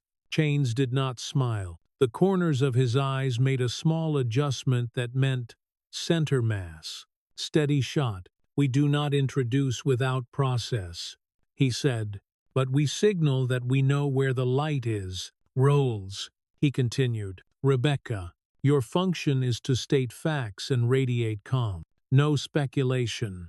If asked whether Lily's disclosures seemed credible, you say this: her account was consistent across providers, correlated with findings, and delivered without embellishment. Then stop. Silence belongs to us today. Rebecca nodded once. I can do that. Reaper, you are not a witness unless called to authenticate public captures and backups. You answer yes or no. You do not teach a class on metadata. He tilted his head. I say that with love. Reaper's mouth made the smallest unlicensed smile. Understood. Diesel will run optics outside, Chains said, the cadence slipping into the wolf's bones. During the hearing, no engines start, no cheers, no horns, no applause when an order arrives. We win boring, or we do not win. Maven, you are time. Hand me sleeves, I expect. If I ask for one we do not have, hand me water. A beat, we will have it. Hawk, you sit beside me. If asked about promises and proximity, you use exactly the sentence you told the cameras. A child asked for help. A promise was made. You came. No war. No blood. If Jake is named, you say he saved your life, and you are returning the debt in the form the law allows. Then stop. Hawk nodded. He did not need more words to know where to stand. The cafeteria clock swept another minute. Outside, reporters rehearsed names. The wolves widened the corridor from elevator to conference room, then settled. The hospital's comms person hovered near the lobby with the posture of a stage manager trying to look like furniture. Security checked badges the way people check locks the night after a scare. The hour grew edges. Morrison arrived with his lawyer well before 9. No flag pin now. The polish on his face had hardened into something that forgot warmth. The lawyer carried a practical briefcase and a mouth pulled down by too many reminders to preserve. They met in the hallway because the day wanted them to meet in a hallway. Chains raised a palm without showing teeth. "Counsel," he said, as if greeting a neighbor over a low fence, and offered another printed copy of the preservation notice, as if courtesy might soften a man who preferred force. "We have acknowledged your notice," the lawyer said, tone tuned to reasonable. "It has no effect without an order. That is the sentence you will regret on the record." Chains answered, "Perfectly pleasant. The law does not require me to make it easy for your client to swallow his paper trail." Morrison looked past Chains at Hawk, and something behind the eyes flickered like a word his mouth could not afford. He checked his watch, a gesture that no longer owned time. The conference room was a box with a too-long table and a laptop camera perched on a stack of board games borrowed from a family therapy closet. The screen showed a seal at the top, a gray banner with Herrera, and a neutral clerk who had mastered efficiency without cruelty. "We begin at 9, the clerk said. "Stay within frame. Mute unless invited. You are on the record." Chains squared his sleeves without looking and arrayed the exhibits in a shallow arc. His hands could sweep without searching. Hawk sat to his right and settled his jaw into stillness. Rebecca took a chair behind, visible enough to anchor the room, shaded enough to let counsel lead. At one breath before 9, the judge's feed came alive. Herrera wore the expression of someone who has made decisions since dawn. Silver rims, a background of books that were not props because the spines contained notes the camera would never find. "Good morning," she said. "We are on the record. Emergency hearing on temporary guardianship of Lily Morrison. Appearances." Chains rose a fraction and sat. "Marcus Wellington for petitioner Tom Daniels, and for the minor, Your Honor." Opposing counsel followed with names, titles, and the diplomatic fiction of father in place of step. The judge went to work. Chains laid a spine, not a story, dates that agreed with images, phrases that belong in rooms like this, patterns of injury, protective custody, the key presented without flourish, chain of custody, spoken like a blessing, and received as one, financial irregularities introduced as a line rather than a leap, preservation notice held up like a civic duty rather than a threat, a storage unit by number, a gate log by time, the word mother kept for the pause that made it heavier. Opposing counsel's questions wore the tone of reason sharpened for court. Teenagers stumble. Grief sharpens corners. Mr. Daniels rides with a club, and courts dislike vigilante optics. A small, practiced glance at the lens, a plea to the camera's idea of fairness. Chains lifted a finger and handed Hawk the thread that was his alone. "Mr. Daniels, why did you come?" A child asked for help. Hawk said, "I made a promise. I came." He left out desert and funerals and blood. The truth traveled without luggage and took its seat. Herrera listened the way some people listen when they are about to choose what they can live with. She asked Rebecca exactly 2 questions. Consistency of disclosures, timing of attempted discharge. Rebecca answered with the lines Chains had gifted her, and then gave the silence back to the court. Consistent, correlated, delivered without embellishment. Discharge attempted against medical advice. Records sealed. Copies made for continuity of care. She stopped. The room accepted her competence as if it had weight. Opposing counsel reached for nostalgia. Officer Morrison is a pillar, he said. He coached, he served, he mourns, he tried, he gestured toward the screen. Look at him. He is a father. Herrera turned her gaze on Morrison, and the polish on his face showed a fissure. Optics. Bless them. Put pressure where fingers cannot. Morrison shifted. His eyes flicked toward door and clock and back as if caught moving. He arranged his mouth and delivered the line the media trainer had sold him. My daughter is traumatized. Strangers are influencing her. I am trying to bring her home. The judge leaned closer to the camera by the width of a breath. Officer, how do you account for the gate log at the storage facility? Morrison had not expected the question to land exactly there. His eyes said so. He recovered. I stored household items when we downsized. He said, tools, seasonal goods. He glanced off screen and back. I do not recall the specific date, and the key found in the miner's backpack. The judge said, still neutral. Why would your stepdaughter have it? He measured, cut, and chose badly. I do not. Teenagers borrow things. She may have taken it. Chains's pen stopped moving for the length of a held breath. Herrera nodded once, filing weight where it belonged. We will hear from the miner briefly if she is able. The judge said, nurse or physician may be present.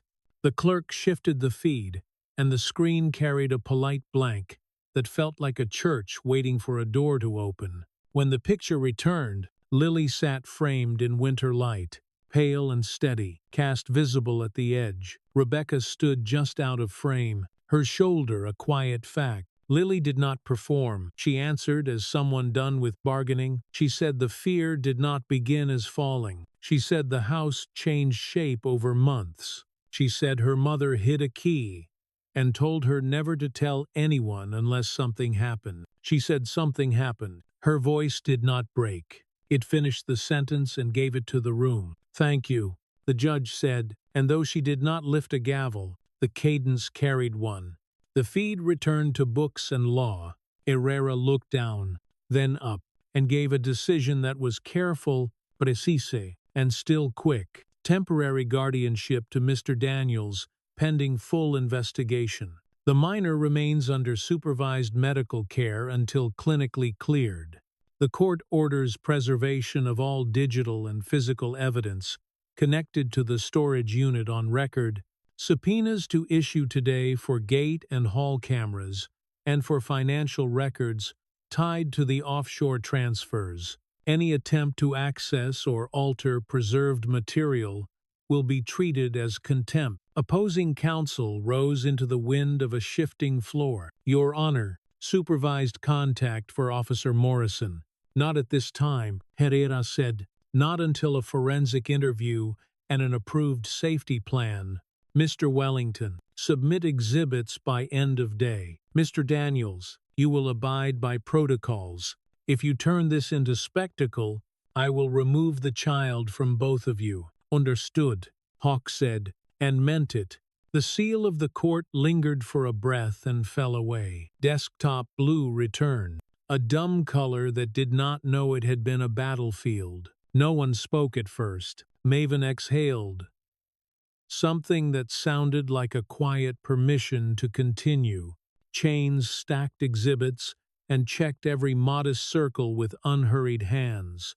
He closed the case and rested his palm on the lid as if blessing homework worth handing in. Outside, there was no cheer. A chair moved. A bottle poured. Diesel lifted 2 fingers, and the wolves widened the corridor for a gurney that might come through. Cameras stayed back and filmed the quiet. The image told on their behalf without a word. Morrison stood in the doorway as if a weather system had entered and remembered its manners. He looked at Chains, then at Hawk. He did not speak. He checked his watch, the gesture of a man who has lost the cooperation of time. Then he turned and walked toward the lobby. Crisp creases at the edges of a mask worn too long. Rebecca leaned her shoulder to the wall, and let her eyes close for the count of 1. When she opened them, she smoothed a wrinkle on the back of the chair where Lily had sat. The way people put a room to rights after a ceremony. Reaper slid his laptop into a bag. "It will keep," he said, meaning the unit, the logs, the thin line from key to door to judge. Chains nodded. "This afternoon, subpoenas, and a polite visit south," he said. "We will not be first through that door, but we will stand close enough to watch who is, and make sure a camera remembers." Hawk stepped to the window and let the glass lay his reflection over the lot. Geometry and patience held. The hospital breathed. The day now had a shape. He felt it in the length of his spine. The way soldiers feel weather through ground before the sky changes. He texted Diesel to hold formation and keep it human. He told Maven food should come in waves and not a parade. He sent Reaper one word: afternoon. The reply came back as a pin, and a time that respected the judge and dared the clock. Hawk went upstairs before cameras could ask him to summarize a soul. The winter white of the floor had warmed by a single degree. The monitor kept its polite music. Lily looked up when he entered, and the small lift at the corner of her mouth was victory enough to buy more breath. "We bought the morning," he said, keeping his voice where nurses prefer it. "We will buy the afternoon next." She nodded. It hurt her, and she did it anyway. He sat without touching anything and let the beep borrow his heart until it returned it. Down the hall, a printer hummed. Somewhere south, a key waited in a sleeve like a promise waiting for a door. The wolves held the line. The law began to move. The day did not promise mercy. It promised process. For now, that was enough. Afternoon hardened the edges of St. Mercy until tape lines and clipboard signatures looked like bright seams holding the day together. Subpoenas were no longer drafts but stamped realities. Chains moved like a careful metronome from printer to clerk to email to the squat fax that chirped its small confirmation. Then looked at Hawk with the clean calm of a plan landing exactly where it should. "We take a small team," he said. "No parade, no noisy. We do this under cameras and by the book." Diesel stayed to hold the lot. Maven kept the hard case and the quiet discipline that made order visible. Reaper slung his bag and checked spare cards and batteries in motions, so practiced they barely disturbed the air. Rebecca touched Hawk's sleeve once, not for luck but as a small oath. They left through the service door so the hallway did not become a spectacle. The storage facility waited where the city ran out of charm. Corrugated doors baked in sun. Concrete radiated heat back into the afternoon. The office smelled of toner and citrus cleaner and faint cardboard. A manager with keys on a coil stood straighter than usual, because subpoenas had a way of teaching posture. A deputy from the county leaned at the counter, uniform neat. Expression kept politely empty. Chains set the papers, where the lens above the desk could see and read the caption aloud like a vow. The deputy nodded and wrote the time in block letters. A tired clerk would still be able to read. "We will need gate and hall logs," Chains said, "and any record of unit door access. We will also need controlled entry to the unit on the order." "Of course," the manager said, and the words smelled exactly like the citrus in the air. They walked the concrete lane in a knot that kept elbows close. Metal doors sent Hawk's reflection back at him as a figure made of angles and intention. The interior corridor was cooler, a tunnel of conditioned breath and laminated signs about codes and obligations. Cameras watched from corners like patient spiders. The manager tapped a pad. The deputy watched the tiny timestamp in the corner. The way a guard dog watches a fence line. The unit waited half a hall down. Metal door. Hasp meant to keep the world honest. Hawk felt the small weight of the key through the sleeve in his pocket, a pressure shaped like purpose. Chains cracked the hard case open on a folding cart and laid out the ritual. Clear sleeves, numbered seals, the compact embosser that left its modest circle, where it could be found later by a careful thumb. Reaper set his camera and let it breathe. The deputy stepped so he could see both hands and door. "For the record," Chains said, and the hallway turned into a witness box. He recited the unit number. He spoke the time from the deputy's watch. He named everyone inside the frame and the roles they owned. Then he said the words order and preservation and let them sit. Hawk slid the key just far enough from the sleeve. He held it up against blank cart surface for the lens, then fed it to the lock. The resistance was the kind that comes from disuse rather than sabotage. Metal turned with a click, like a held breath letting go. Hawk set the lock into a clear bag Maven had labeled before they left, and Chains read the seal number aloud as it closed. The tape whispered, the embosser pressed, the modest circle bloomed. He lifted the door. Dust sighed. The unit smelled like rubber and oil, and the faint sweetness of a box that had protected winter sweaters. Light found plastic tubs stacked neat, a red toolbox, scarred by use but wiped clean, 2 banker boxes with reinforced edges, a narrow shelf of paint cans, wearing rings of old drips, and a footlocker so ordinary it looked like a lie. No one moved for a beat. Then Chains cued a sequence he had blocked in his head all morning. We proceed left to right, not digging. We lift, we photograph, we log. Reaper, exterior first every time. Deputy, call time. Manager, stand where you are visible to camera. The first bin held sheets, folded with the kind of care people give to routine when other parts of life grow sharp. The second held holiday strands and a plastic wreath smelling of dust and pine that had never been alive. The third held kitchen, things wrapped in newsprint, the color of tea, camouflage for an ordinary life. Hawk lifted and set each lid with the gentleness of a man who knows sloppy hands bruise truth. The red toolbox was heavier than its size. Reaper documented. The deputy read the time. Hawk popped the latches. Inside lay sockets and wrenches in cut foam, each marked by a small line the same hand had made. Beneath the top tray sat a zip pouch the color of rain. Hawk touched the seam and stopped, because the pouch carried a weight that said, "Keep me." Chains leaned in with his hands behind him like a surgeon about to call a step. "For the record," he said, pouch removed from lower tray, contents unknown, to be opened under camera. He nodded. Hawk pulled the zipper. It crawled across the hall and disappeared into the ducting. Inside lay a small thumb drive, matte and unsmiling, tucked into a clear sleeve with one corner torn away, where a signature should have lived.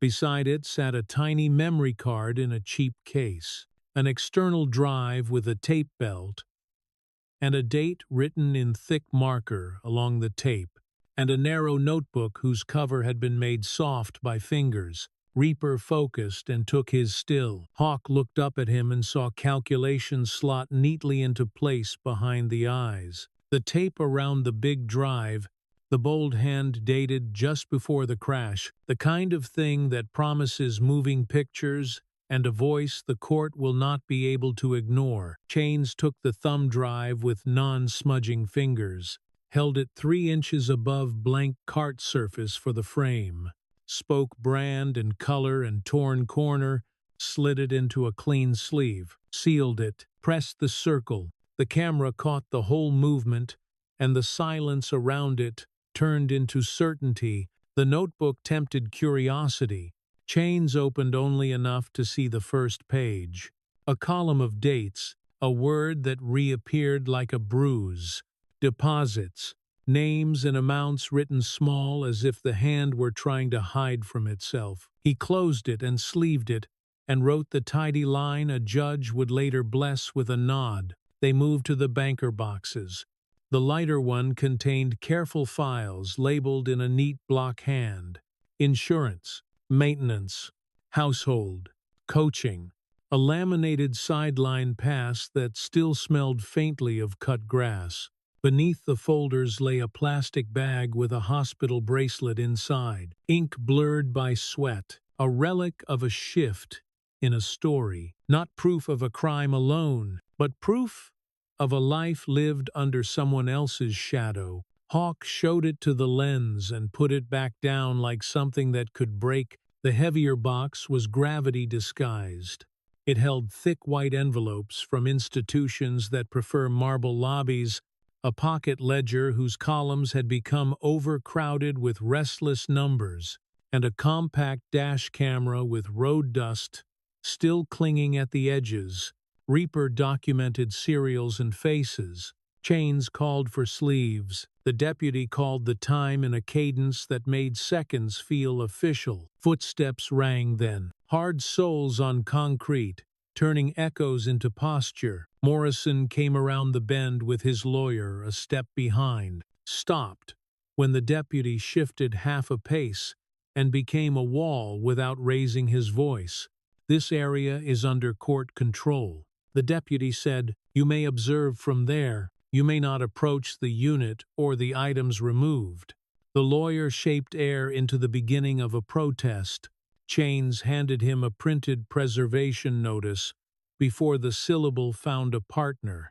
"We are preserving evidence," Chains said, voice even enough to feel like courtesy. "Any attempt to access or alter will be treated as contempt." Morrison looked at Hawk lifting the dash camera and passing it to Chains, and the look behind his eyes was the look of a man watching his own footprint harden in concrete that has decided to dry. He checked his watch again, the small violence of a man trying to injure time with his gaze. Time refused to bleed. The footlocker sat with a common padlock, so ordinary it tried to pass as background.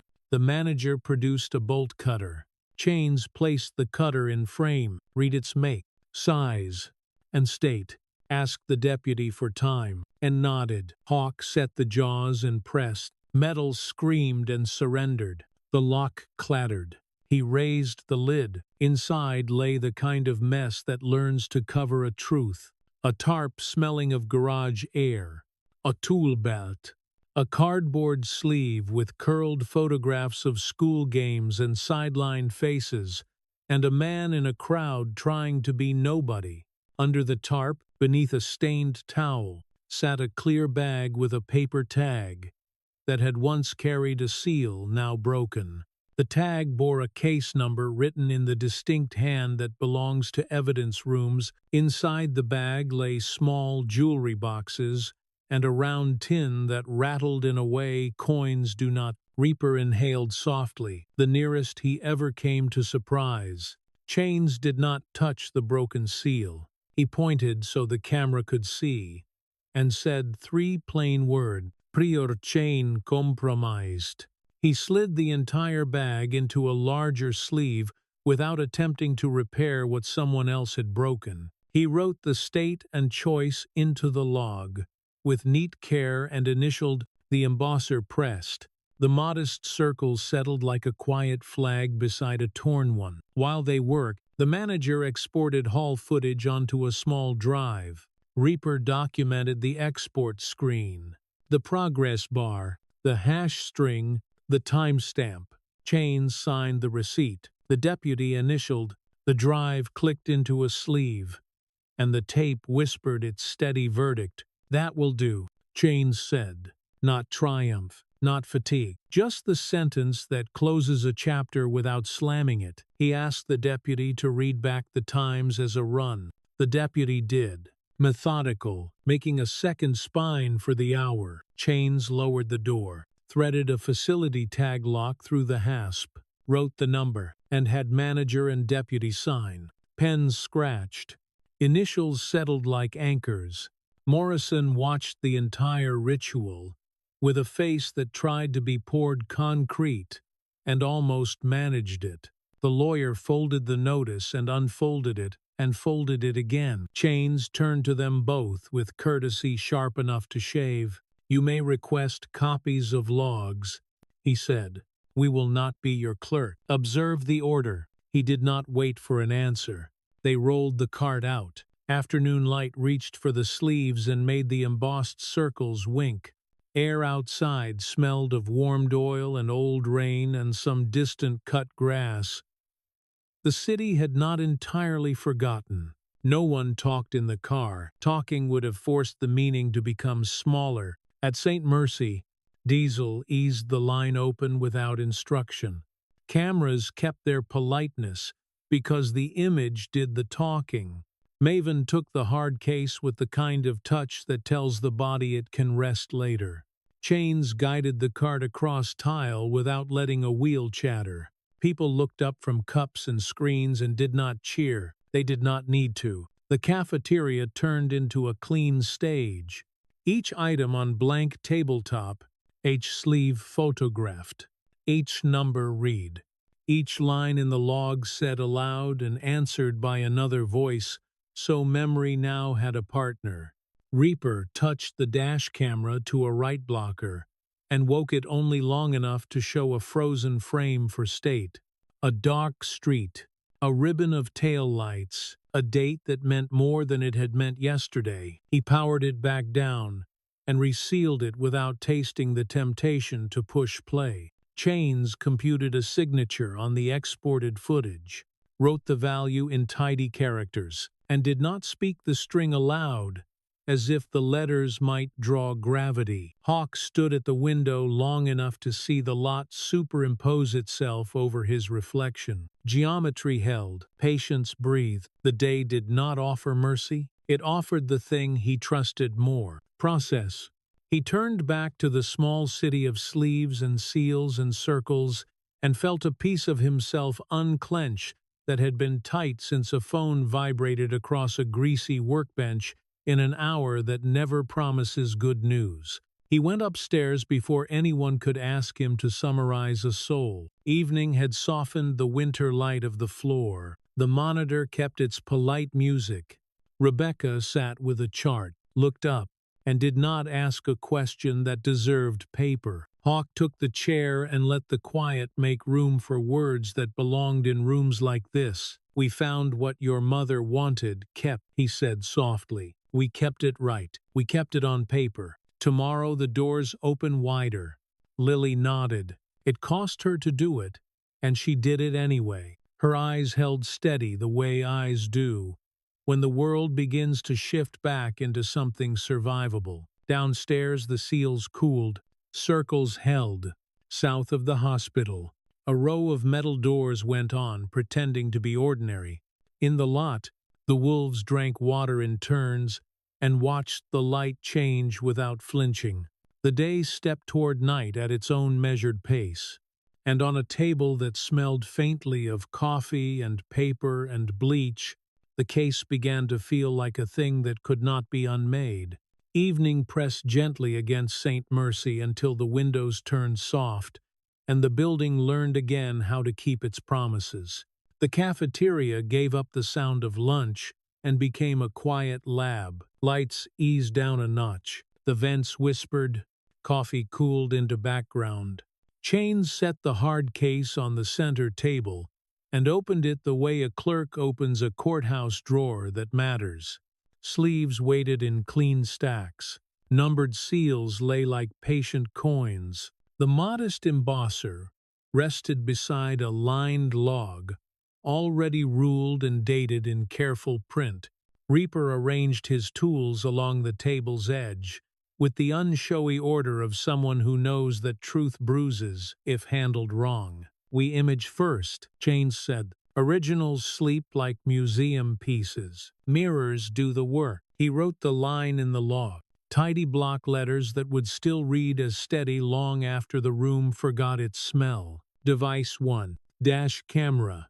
Right blocker connected. Operator Reaper. Witness present. He glanced at Hawk, at Rebecca, at Maven, and then at the thin red second hand on the wall clock as it cut the next minute into record.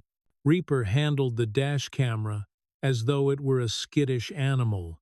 The right blocker sat between device and laptop, a small and stubborn gate. The screen woke without drama. No glossy software, no miracles promised. Just a system window that listed a device by the name it had been given by a careless hand months ago. Reaper called the time. Chains echoed it as ink. The imaging process began. A progress bar, moving at the only speed rooms like this respect, unhurried and exact. Hawk stood behind and let stillness collect him. He heard the round breath of the vents, the click when Chains capped and uncapped his pen between entries, the soft papery sigh when Maven lifted a sleeve, the patience inside Rebecca's posture as she watched without leaning forward. On the plastic at the table's corner, the embossed circles caught the fluorescent light and gave back a small, faithful glint. While the dash camera poured itself into its mirror, Chains set a second line in the log.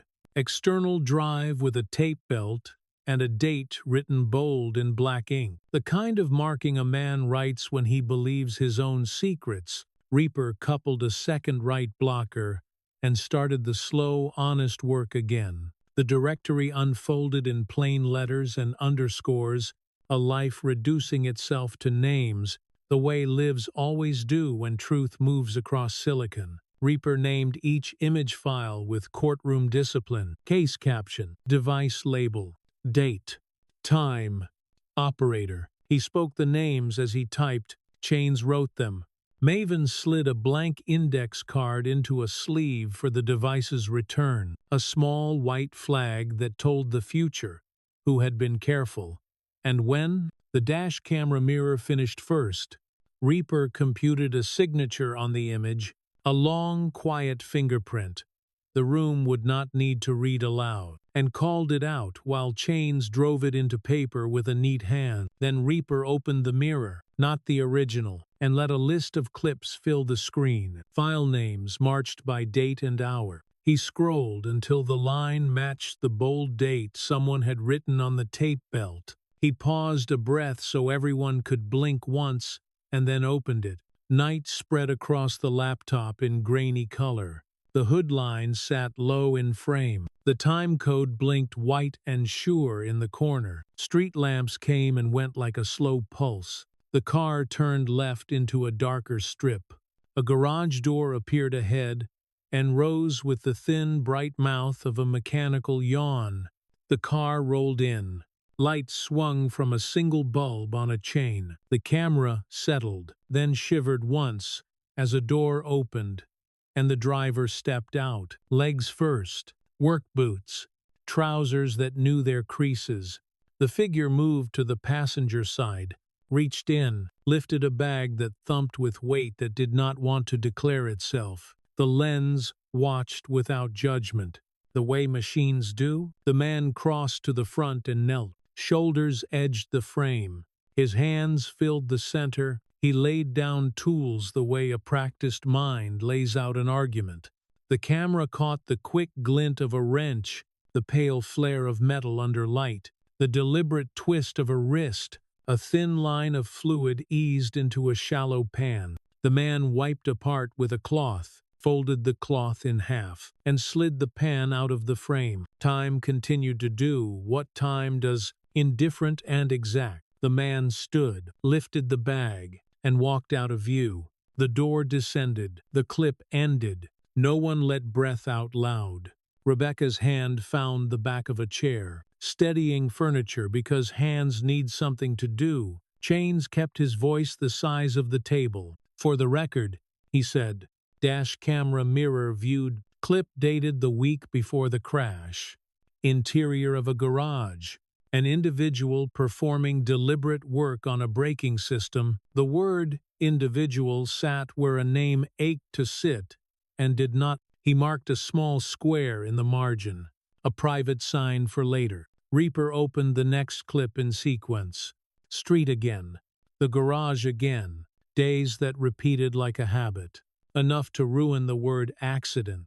enough to teach the pattern its own shame. He stopped, before certainty turned into indulgence, closed the mirror, and returned to the plain list as if nothing had happened but work. The external drive mirror finished. Reaper read its signature. He opened a folder called Archives and found the tin soul of a household camera system, a front door, a kitchen, that garage again from a ceiling corner. He sorted by date.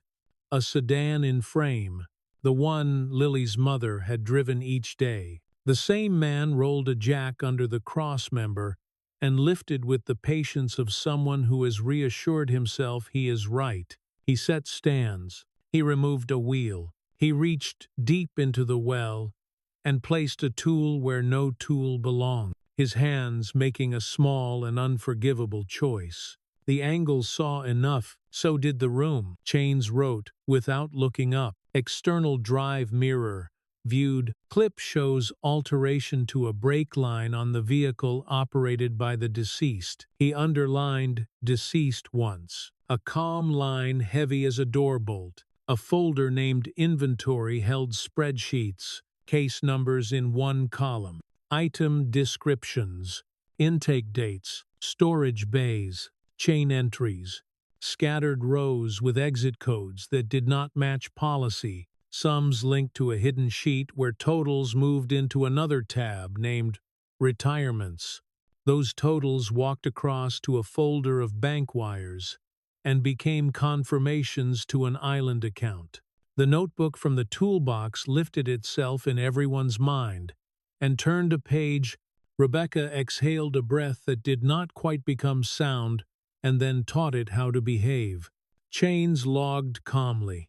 Spreadsheet files consistent with internal records, irregular exits in pattern.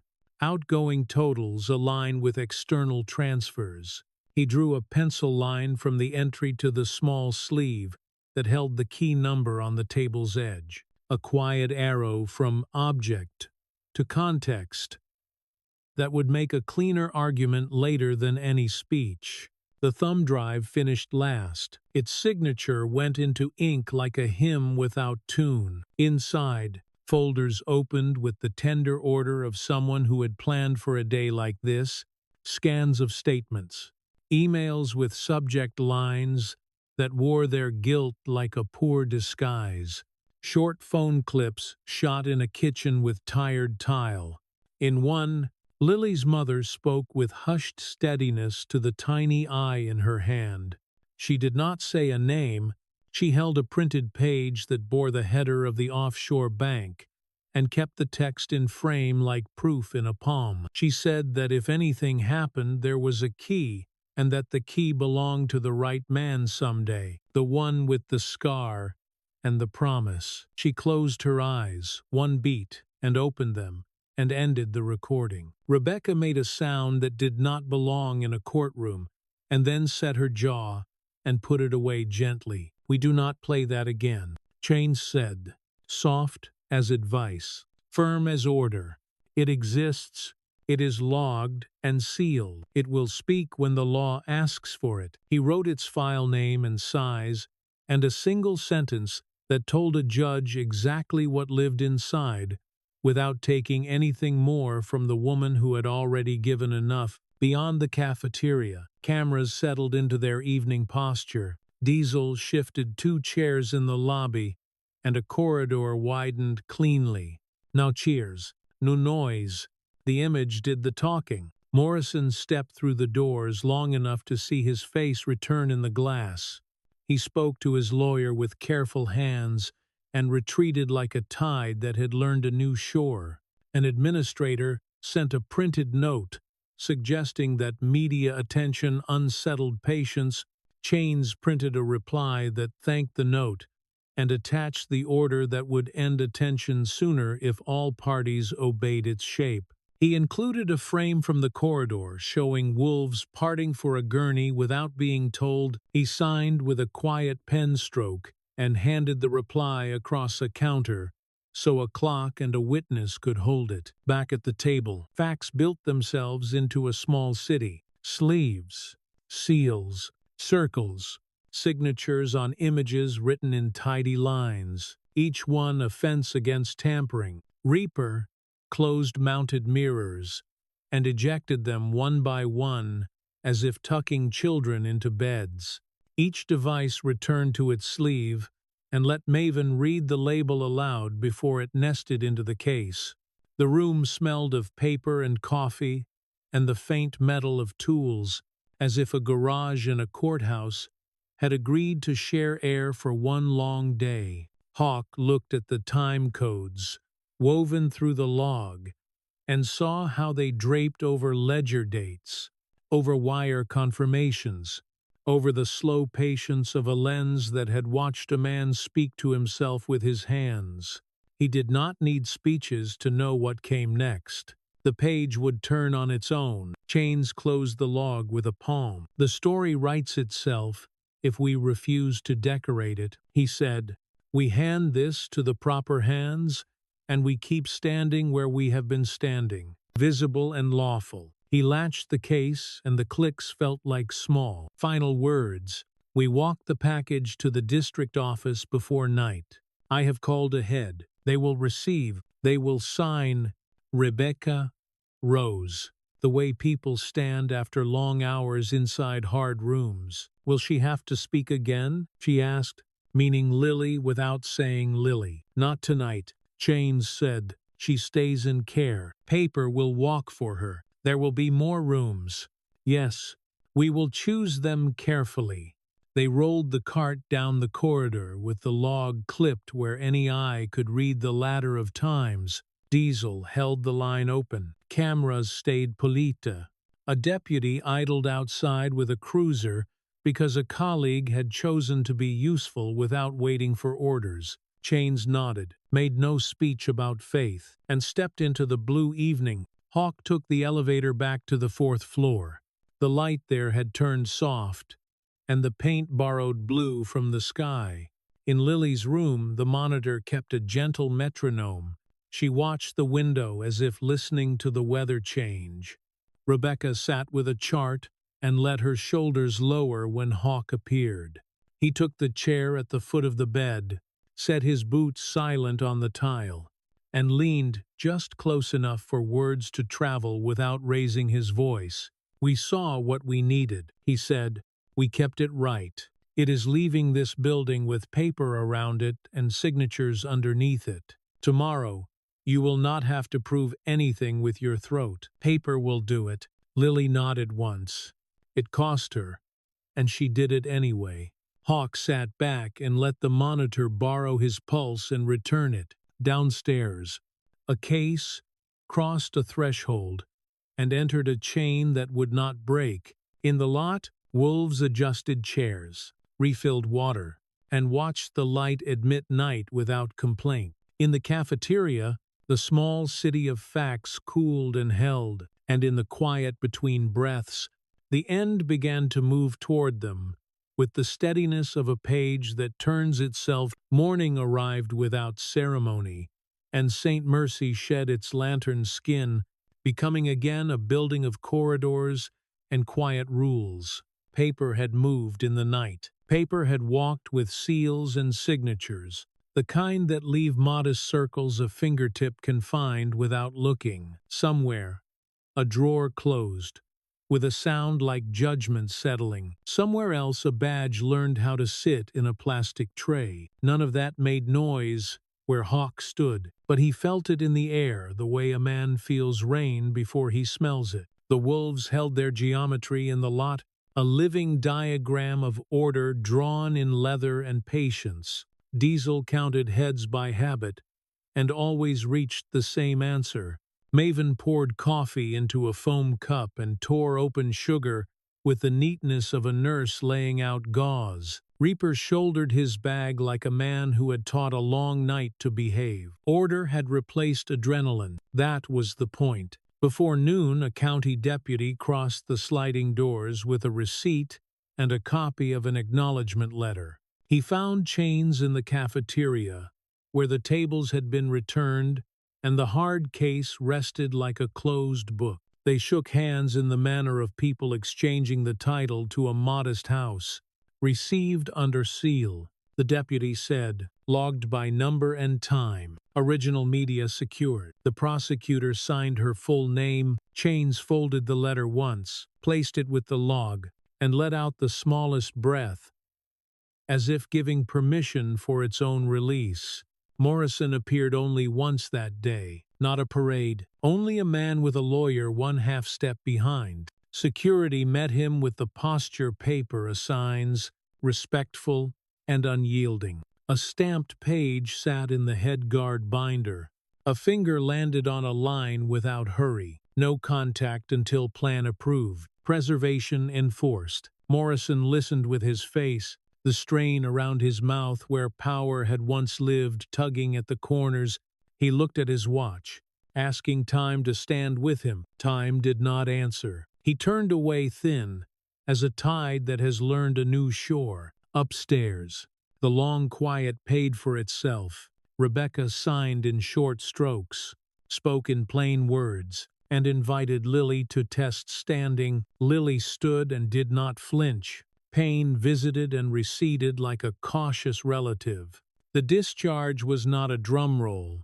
It was a series of correct acts, chain of care widening like a doorway. When Rebecca came to the cafeteria, she leaned on the frame as if the building had remembered how to hold her. Medically cleared by evening, she said, pain managed, follow-up set, numbers printed on paper and given to pockets. Her voice carried both edges, fatigue and steadiness.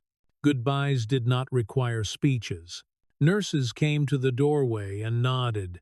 A clerk lifted 2 fingers without lifting her hand from the keyboard. Security watched the corridor and chose a moment when it belonged to no one else. Maven waited near the elevator with a jacket she had tailored with patience, a small wolf guarding a cub sewn into the back. The word family above in letters cut to last. The jacket was not just fabric. It was a petition granted, a public claim that required no court. Lily eased her arm through the sleeve, winced, breathed, and finished the motion. She stood lighter for wearing it, as if its weight had learned to carry her too. The elevator arrived as ordinary as any day, and gentled them to the lobby.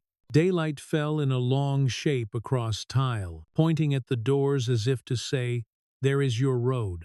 Outside, the lot held not noise, but geometry, all straight lines and breathing. Helmets clicked softly, hands slid to grips. People at the windows forgot their phones in their hands. Hawk did not hurry. He made sure this moment was not a chase. He walked with Lily to the curb where chains waited with words measured to carry and not trap. Guardianship will anchor, Chains said. Evidence will walk where it must. There will be interviews and procedures and rooms that record what they promise. I will remain until the next paper signs, and after, you answer only to the law. Hawk nodded. He understood the distance between help and spectacle. He had learned the cost of noise. He had the scar to remind him. Rebecca placed a packet in Lily's hand and explained each simple instruction the way a good map explains a turn. Then she looked at Hawk and said, "Call if anything changes, if pain outruns medicine, if fear does." He gave a small nod that promised he knew the language under those lines. Maven stepped forward and touched the jacket collar, a seamstress blessing. "Every wolf needs a pack," she said. Not a slogan, but a vow. Diesel took a position just beyond them, large enough to cast shade, and careful enough not to cast fear. Reaper let his eyes make a photograph, and then put his phone away. At the curb, Hawk rolled the Harley a fraction to make the mount clean. He crouched, showed Lily where to hold, where to lean, how to ask for a stop by tapping twice. She climbed with his help and settled behind him, one arm light and careful around his middle, the other resting the way the cast required. He felt the small, deliberate pressure of her hold, felt her weight settle into the machine like a truth stabilizing inside a room. That was trust, and trust is heavier than it looks. They did not roar. They rose. Engines found the same low tone and lifted like a choir warming a single note. The formation opened, then braided into a corridor that belonged equally to asphalt and intention. Cars yielded without being waved off. Security did not need to lift a hand. The convoy entered the street the way a picture enters a frame, exactly sized. Hawk carried them across town with the steadiness a person uses to cross a river on stones. He did not show off. The wolves flanked them in a pattern the eye could trust even if the mind could not diagram it. At a light, a woman in a minivan lifted her palm and then flushed and lowered it. A boy pressed a hand to glass and waited for a sign. Lily met his eyes and gave him a narrow smile. She did not owe the world, and the boy lit up as if a switch had been thrown in his chest. On the highway, the desert opened, and the wind wrote its old sentence.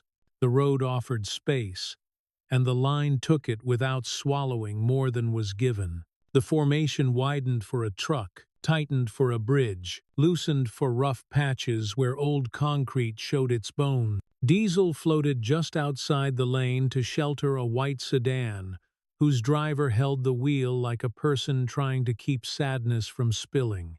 Maven hummed a tune only she could hear, and it braided itself into the low mechanical drone until the air felt like quiet music.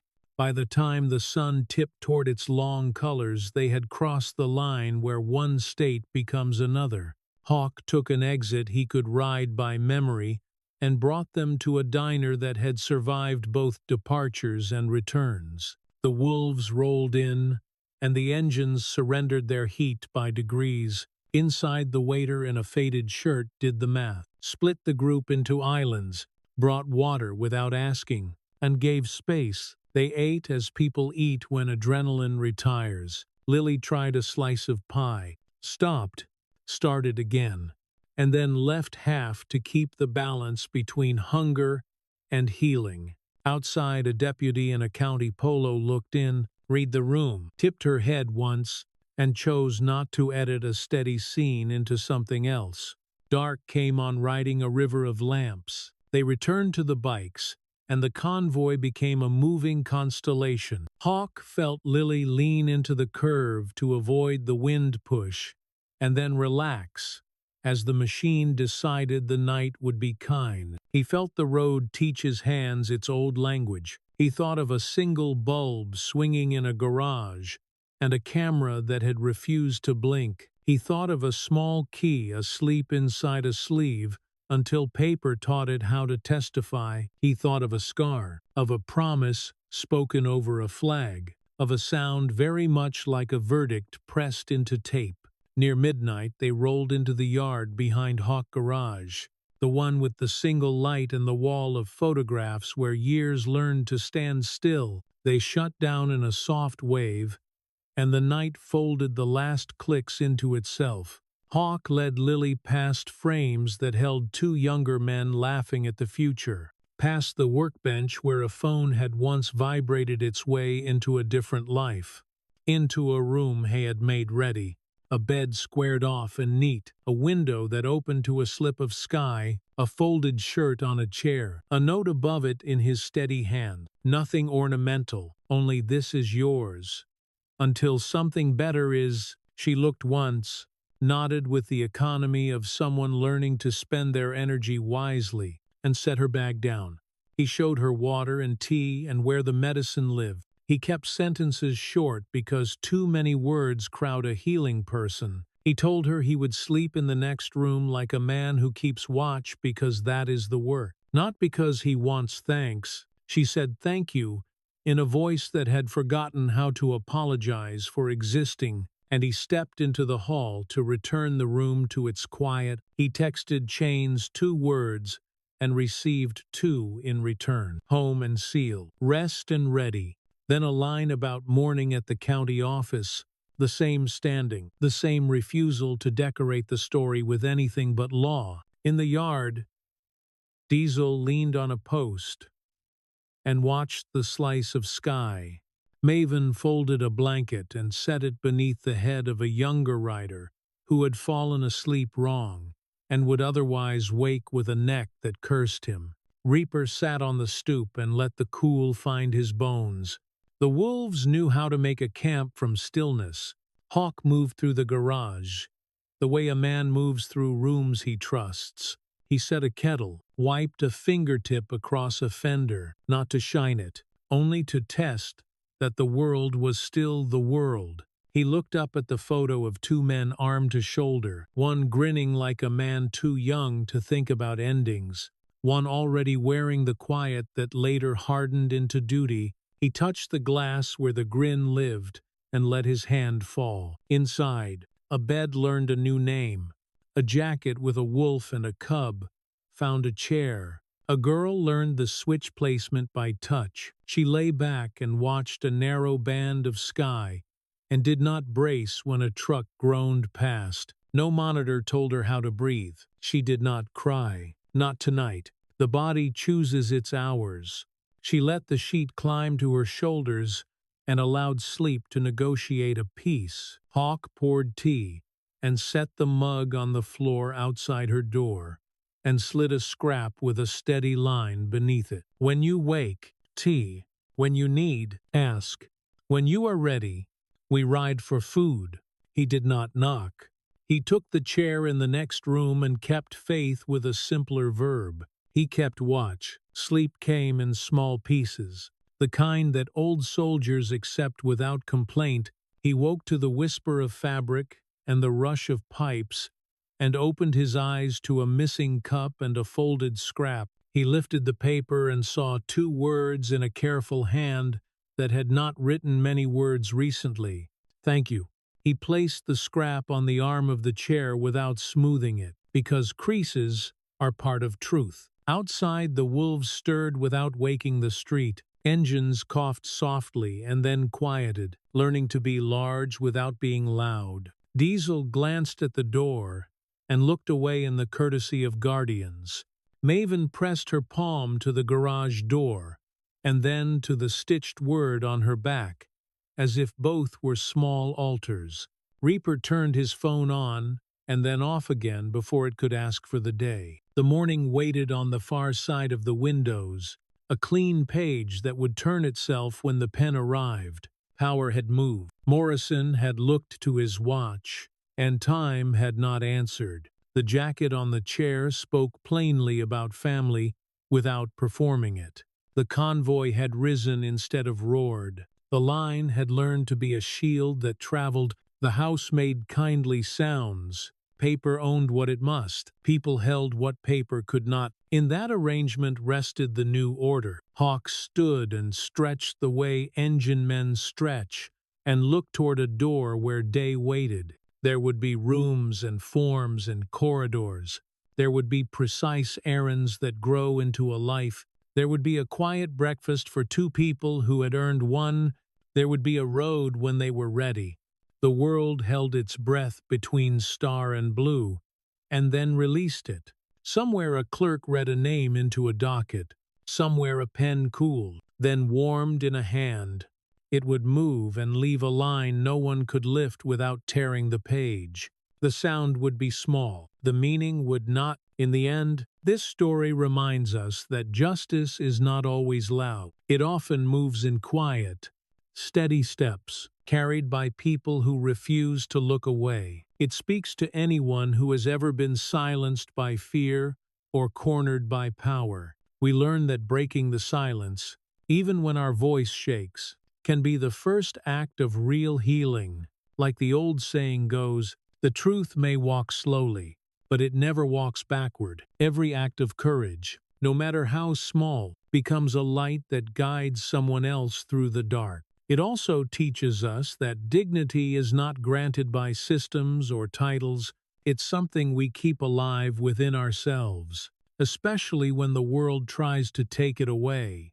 Standing up for what's right doesn't always mean fighting. Sometimes it means staying calm, collecting the proof, and trusting that integrity will outlast deceit. Gold fears no fire, the saying goes, and those who act with conscience shine brighter after the trial. If this story spoke to you, if it reminded you of someone you know, or of a time you had to stand tall when no one else would, share your thoughts in the comments. Tell us what courage or fairness means to you. Hit like if you believe in the quiet strength of truth, and subscribe to join us for more stories that challenge, move, and inspire reflection. Wherever you are tonight, may peace find you gently, like light through a half-open door, and may you always remember, even in the noise of the world, decency still speaks. If we listen,